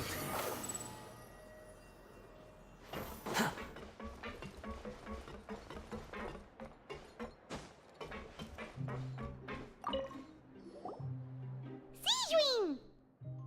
Traveler, Paimon, you're back! Are you still doing all right? Did either of you get hurt? We're fine, but what about you guys? It was such a huge mess. How bad was it? A few people sustained superficial injuries, but that's about the extent of the damage. Monsieur Nervillette paid us a visit. It was all thanks to him that we managed to suppress the crisis for the time being. Of course. We must also thank you for the help you provided. How did Nervalette know that he was needed here? Well, Miss sure Nervalette has strong resonance with the hydro element. When the water level rises, he can feel the waves produced. I ran into the bombshell bros while bandaging the injuries of the wounded. They were mumbling the whole time about how you just ran down without a word. I'm so relieved to see that you're both alright. If you're not too pressed for time, please stay with us a few more days. Just let me know if you get a craving for any particular dish, so I can have Mr. Walsey get your meals prepared. Oh, and please feel free to visit the infirmary for a break at any time. I'd like to take the opportunity to spend some more time observing your facial muscles as well. Your happy smiles are quite contagious, you know. They're so memorable, and I've missed them immensely while you were gone.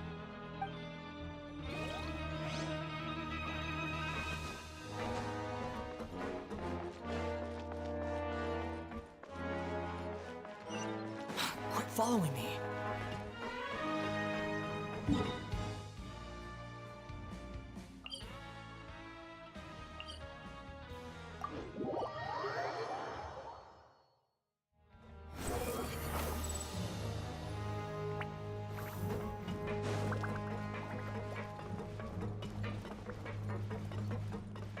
Squall and Fury.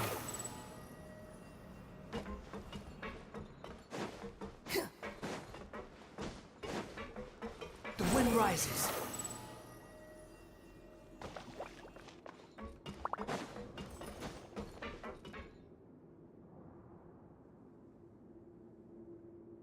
Now guess, what suit will this next card be? A bare-teeth cat? Well, well, look who it is. Traveler, Paimon. Hello, everyone. Looks like you're recovering nicely from it, eh? Mm-hmm. Thanks to everyone's support. Oh, right. I managed to work up the courage to thank Miss Clorant in person. Whoa, how did she react? She told me that it was nothing. It was as if saving a life wasn't a big deal to her at all. She also told me not to worry about it. She didn't want to stress you out, that's all. She's right, and it's best not to dwell on it. Yeah. Okay, but check this out. We went back to the Opera House and we met the Knave. You met Father? Did she say anything to you? She said a few things that were, a bit hard to understand. And also that she's looking forward to working with us in the future. Her attitude towards you is even better than what we'd imagined. That's fantastic. You should believe her. She has her own way of doing things, and she'll do everything in her power to help those she considers close, which now might also include you. Mm-hmm. Father is very capable, and also trustworthy. Oh, Paimon just remembered that she thought Linny was a bit too proud as well. She said that you should learn how to rely on others sometimes. Got it. Huh. That does sound like something that Father would say. Hey! Are you going to stay here for the next few days? Looks like it, yeah. Excellent. I will host a tea party. For real? Then Paimon wants another serving of cake. Another implies that you were already served some delicious cake while you were up there. How lovely. Well, next time, you're going to have tea and snacks with us.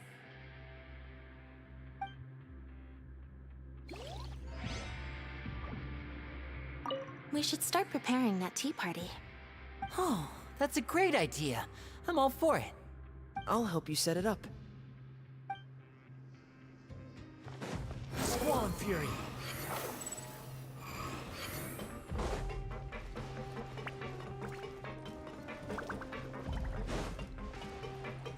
The wind rises.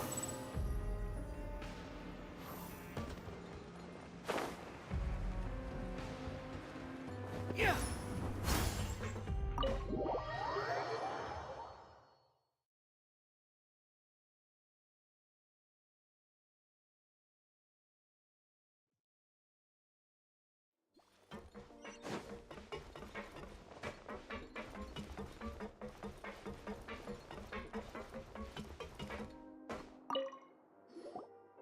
Courier, Miss Sigewin told me you still haven't eaten.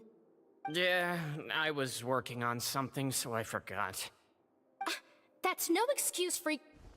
Huh?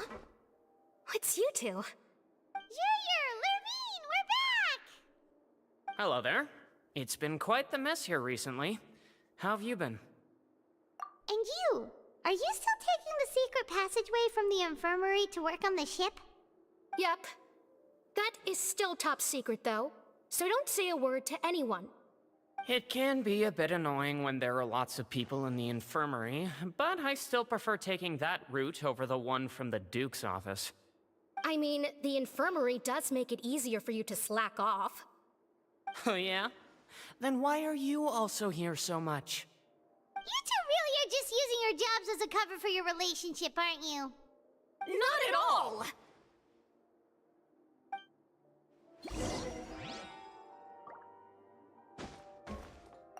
Courier, the rumors about us are literally everywhere now. Please do something about it. But it's not like I caused them by myself. All right. I'll try to do something about it when I can find the time.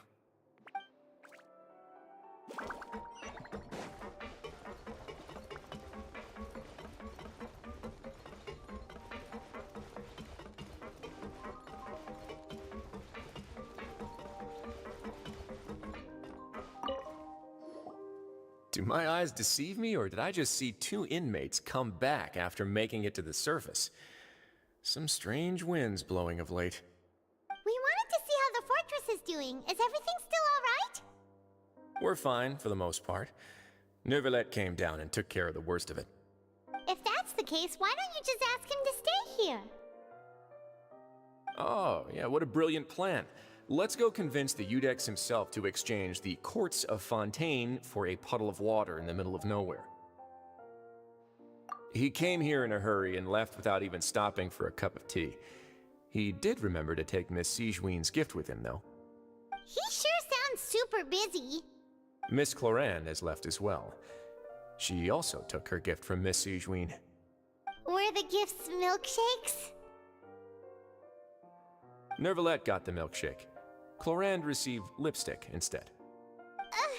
Those aren't even remotely alike. Well, it's 𝂸🂸🂸's own fault for making Sigewin worried about his health by working so much. But besides that, our head nurse is still pretty fond of picking out beauty products for the ladies. Oh, and I have some gifts here for you as well. Are these from Sigewin too? Nope, they're from yours truly. You've already wrapped up your work at the fortress, so you can return to the surface at any time. You haven't yet served your full prison term, however, so you may continue to use your cell until your term is up. For real? Then we could stay here for a really long time? You may access the cafeteria for free. Hooray! Just remember to come complete your paperwork once it's time for your release.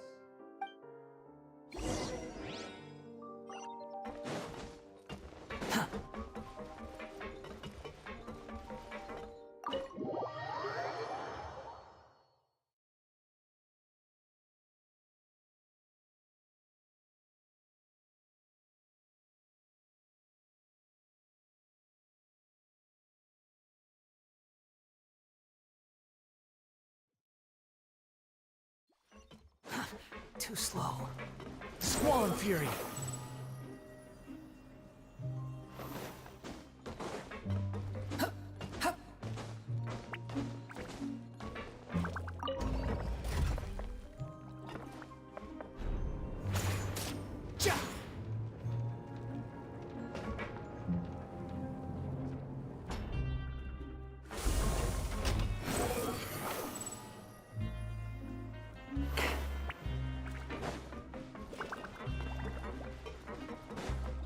The wind rises.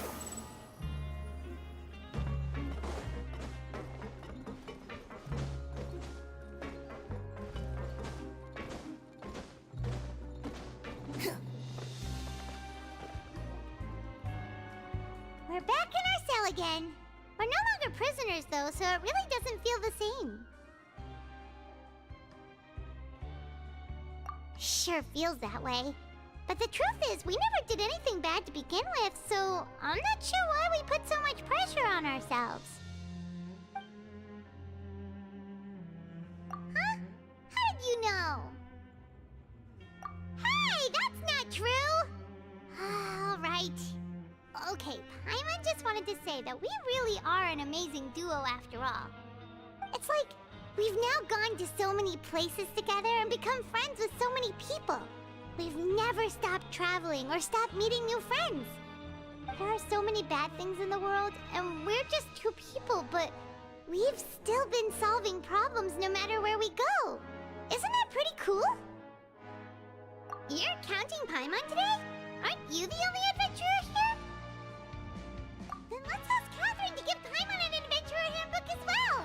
Paimon will also be an adventurer from today forward. Just our thoughts making Paimon giddy. Paimon's gonna crash, so you sleep soon too. The last time we fell asleep here, we woke up to a whole mess outside our cell. The primordial seawater nearly rose up. That was so scary. We should be safe now, right? Alright then, good night to you, Traveler.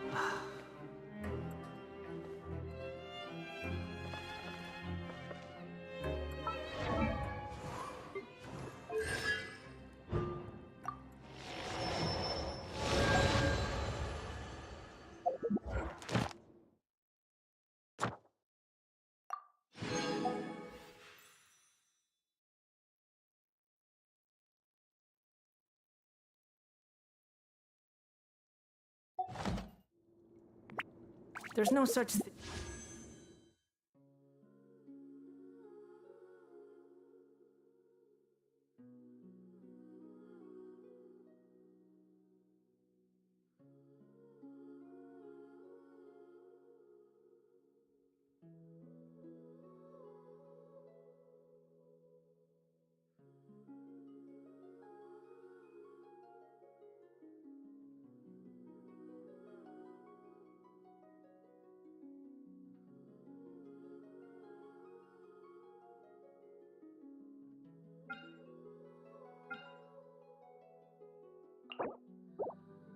There's pure freedom in this world.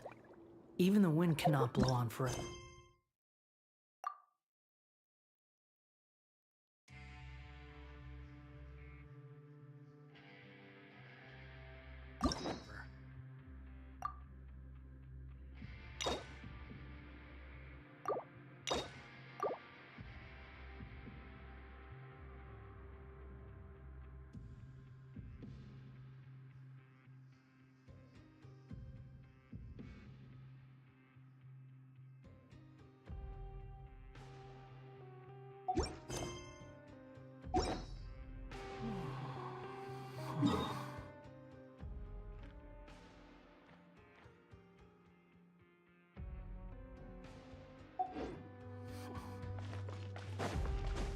Squall and Fury.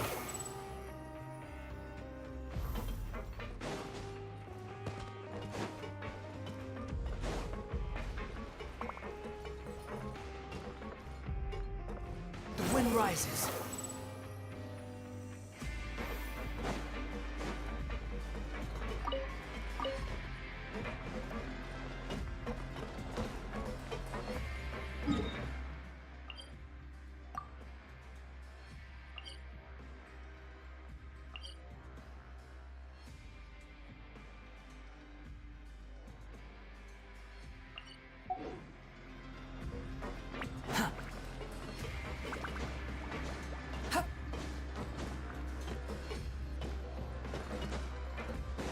Squall and Fury.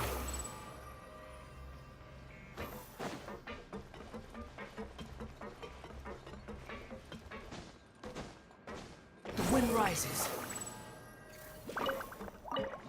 Quit following me.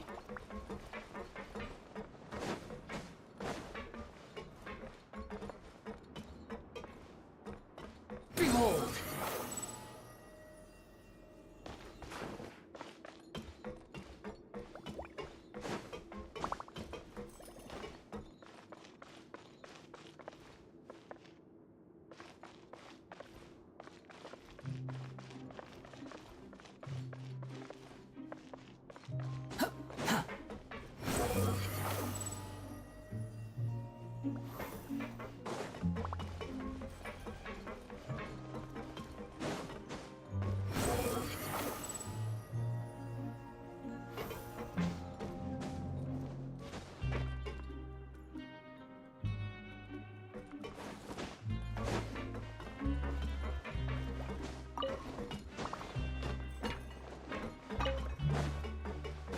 The wind rises.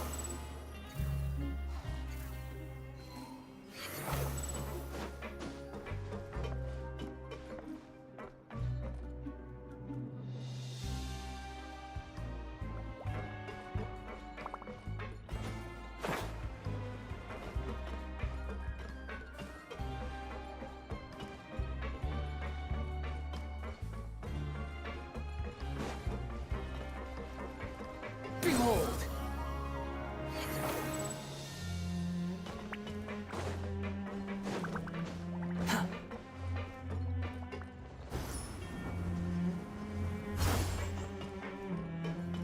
Upon the gale.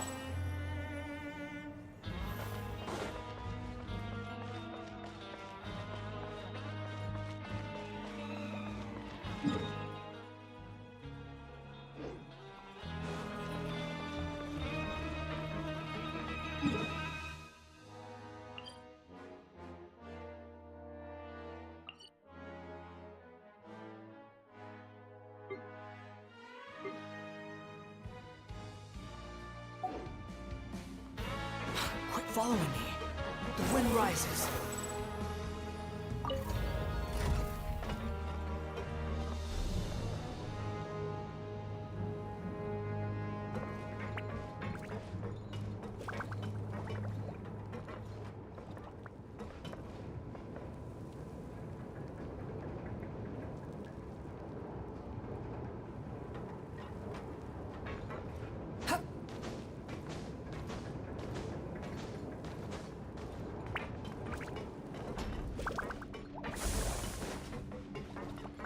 Squall and Fury.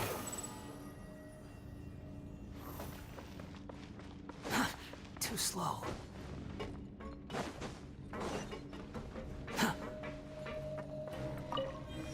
The wind rises.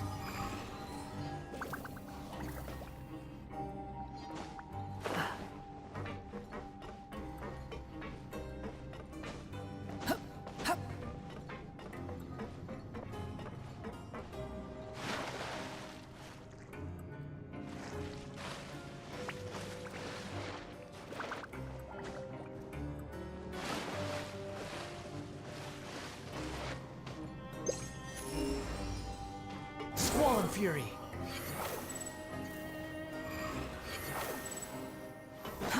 Too slow.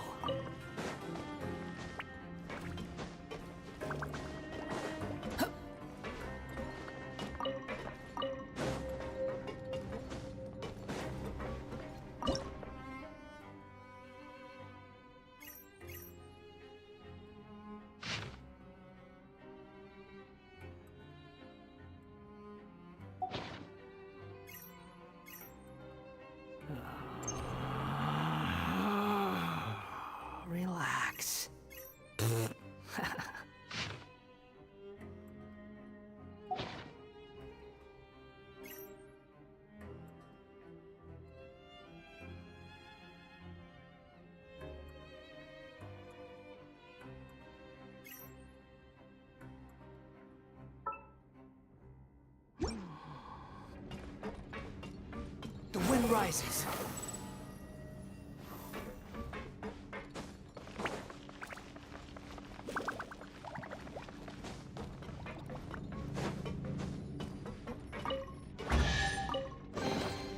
Unnecessary.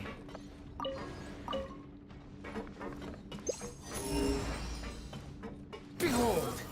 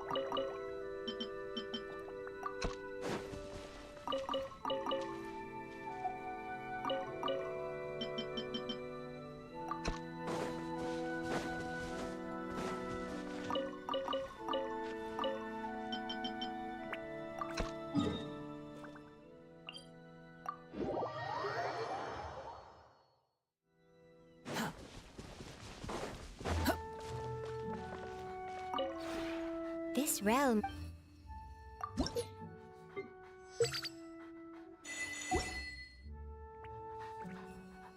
If you ever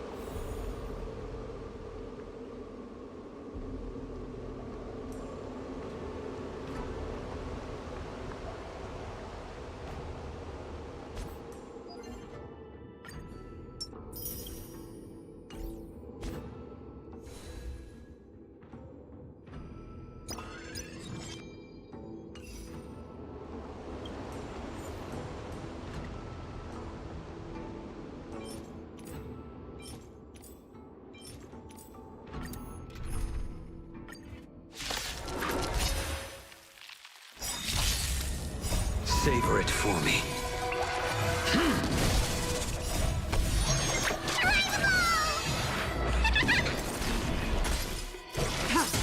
Eternal. The fight is set.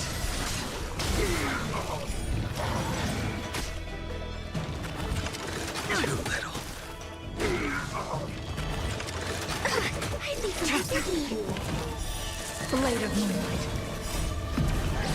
In lunar flame. Fail to send you.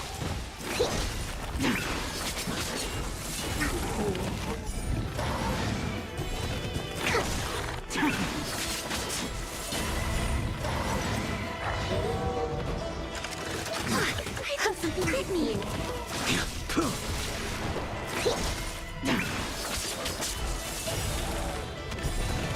Fail to send you. In lunar flame. All will be swept away by the wind.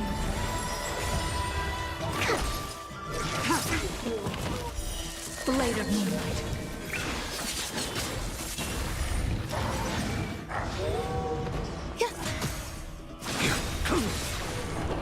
Savor it for me.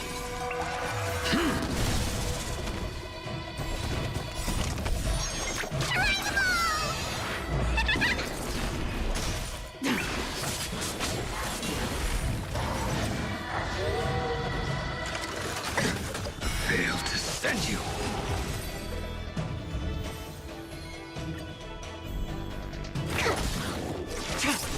Existence is unity.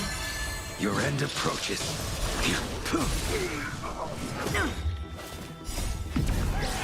In lunar flame. Blade of moonlight.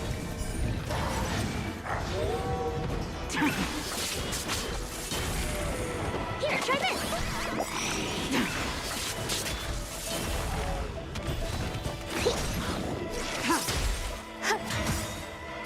All will be swept away by the wind. Fail to send you. Savor it for me.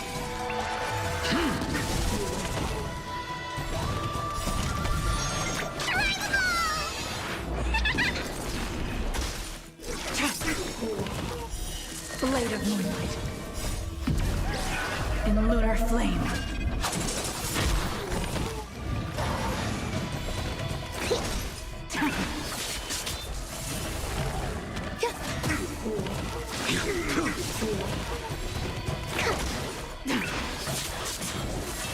Fail to send you.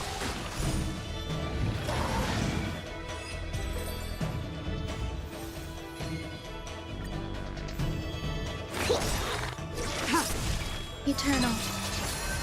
The fight is set.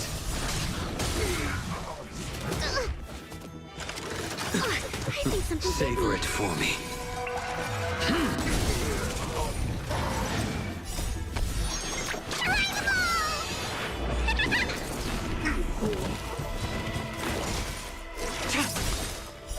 Blade of moonlight. In lunar flame.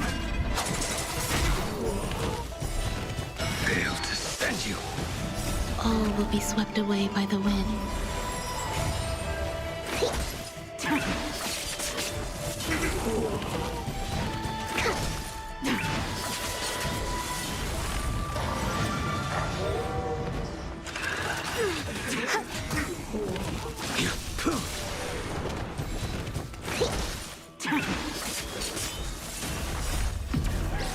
In lunar flame.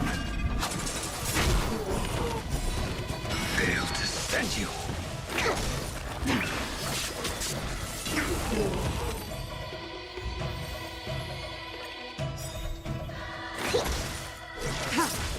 Existence is unity. Your end approaches. Savor it for me.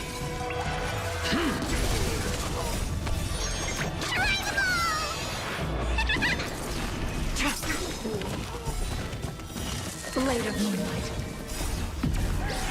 In lunar flame.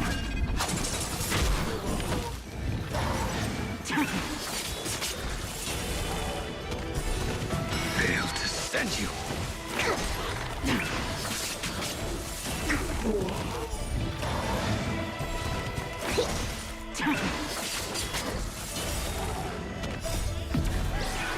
lunar flame.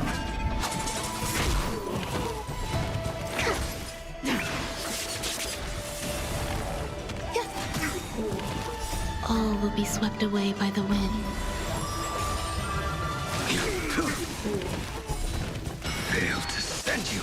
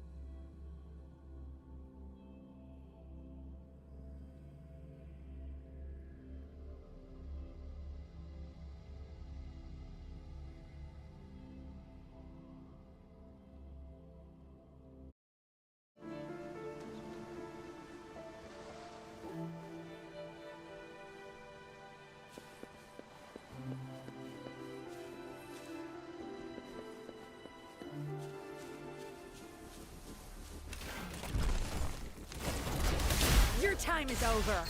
My field of expertise. Imitation. Life is in everything. Target confirmed. Strike! All is fair in war. No mercy. Be gone.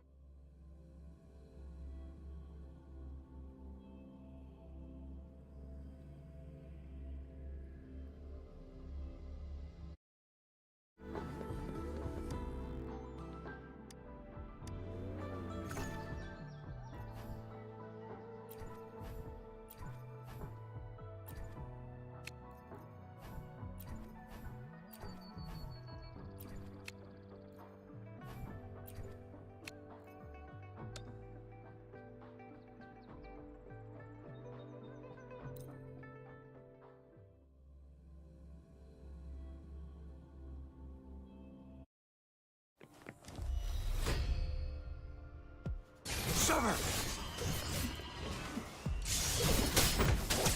All is fair in war. Tear them to pieces. Crush them! My field of expertise. I've had enough. Get lost.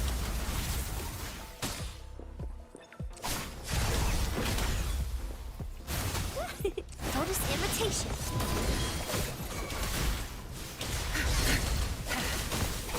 Target confirmed. Unleash the fans.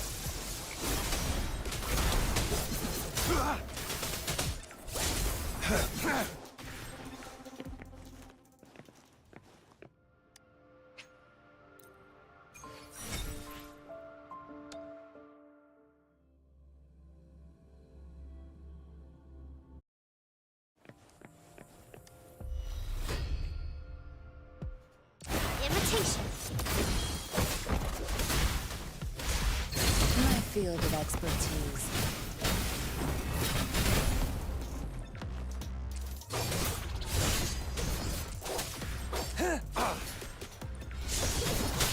All is fair in war.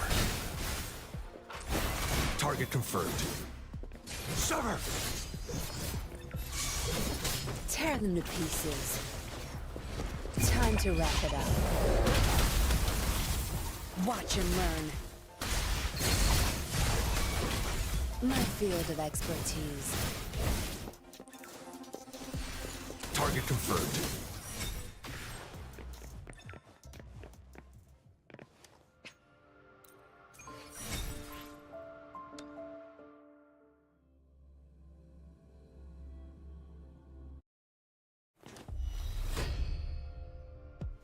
All is fair in war. My field of expertise.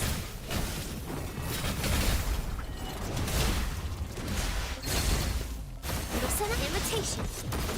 Bask in the sunlight. Zapstring. It's our curtain call. Good.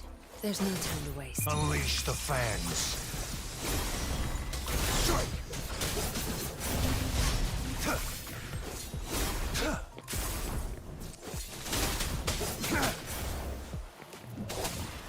Zapstring, the stage is yours. My field of expertise. Leave it to me. Imitation.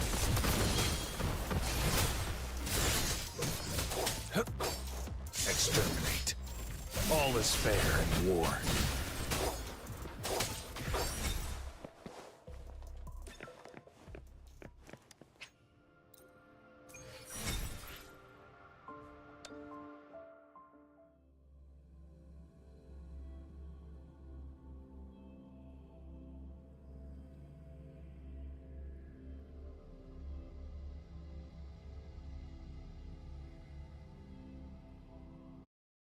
I see my way clear.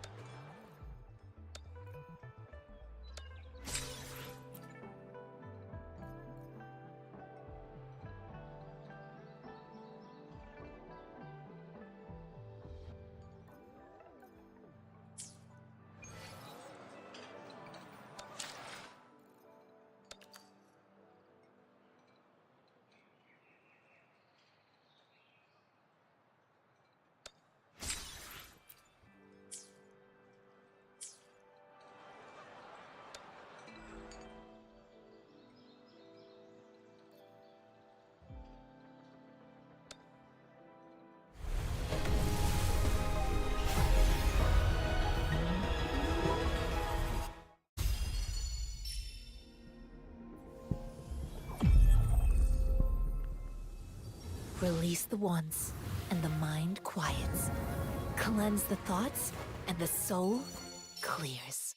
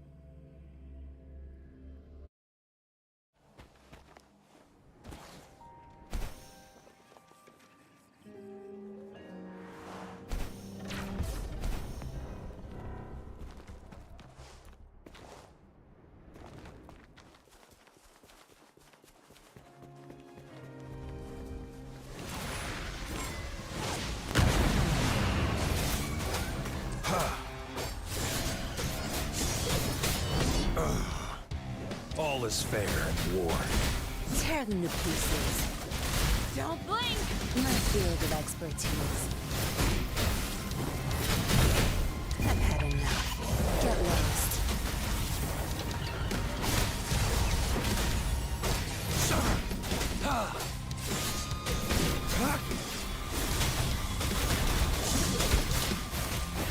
Imitation. Tear them to pieces. Target confirmed. Unleash the fangs.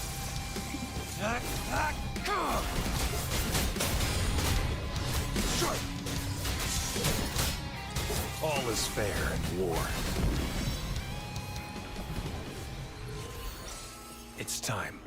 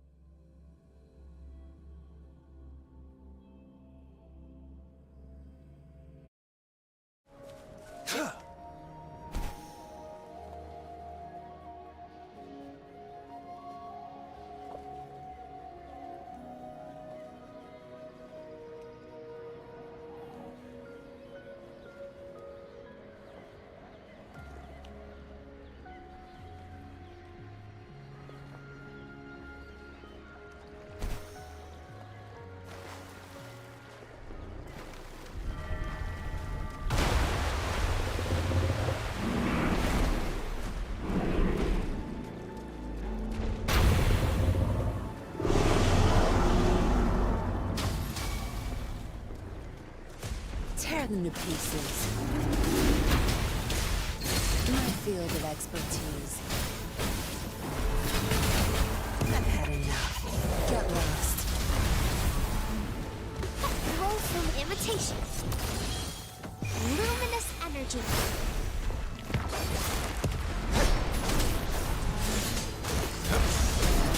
All is fair in war. Crush them! My field of expertise. Target confirmed. Unleash the fangs. It's time.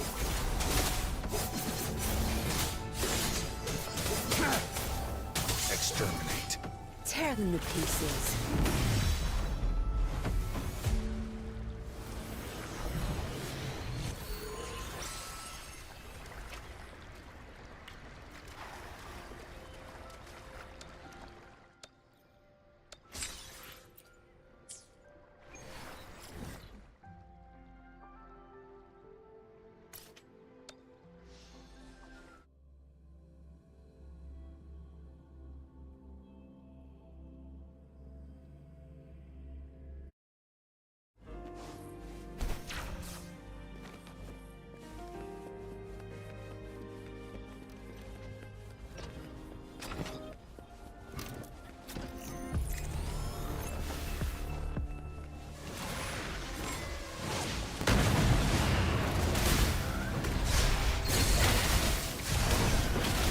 Field of expertise. I'll pay it back tenfold. Invitation. Listen up. Target confirmed. Summer! Too slow. All is fair in war. What? That's strange. It's our curtain call. Blue. Stay put. Caution.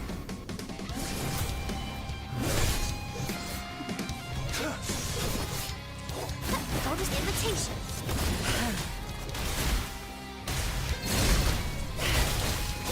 My field of expertise. Life is in everything. Target confirmed. Misery follows.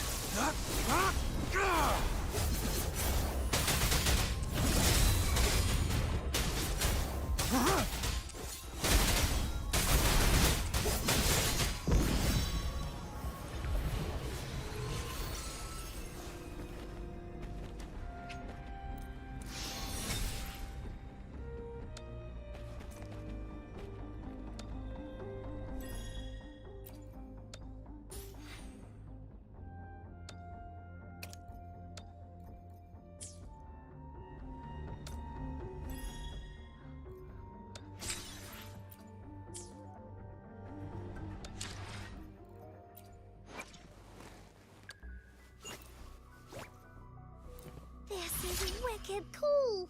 It's just like in the stories. So Encore can beat up a bad dragon now? Yay!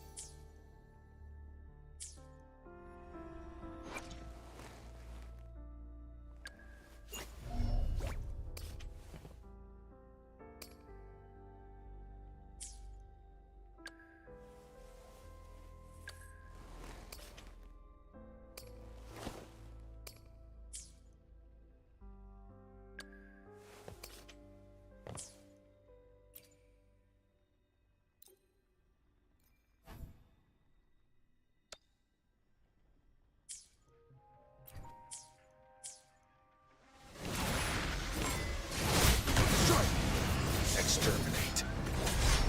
All is fair in war. Tear them to pieces. Crush them! Target confirmed. Invitation. Listen up. It's nothing.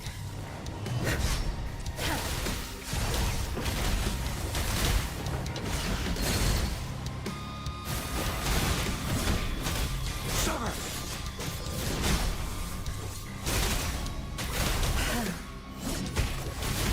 I'll pay it back tenfold. Good. There's no Notice an invitation. Target confirmed.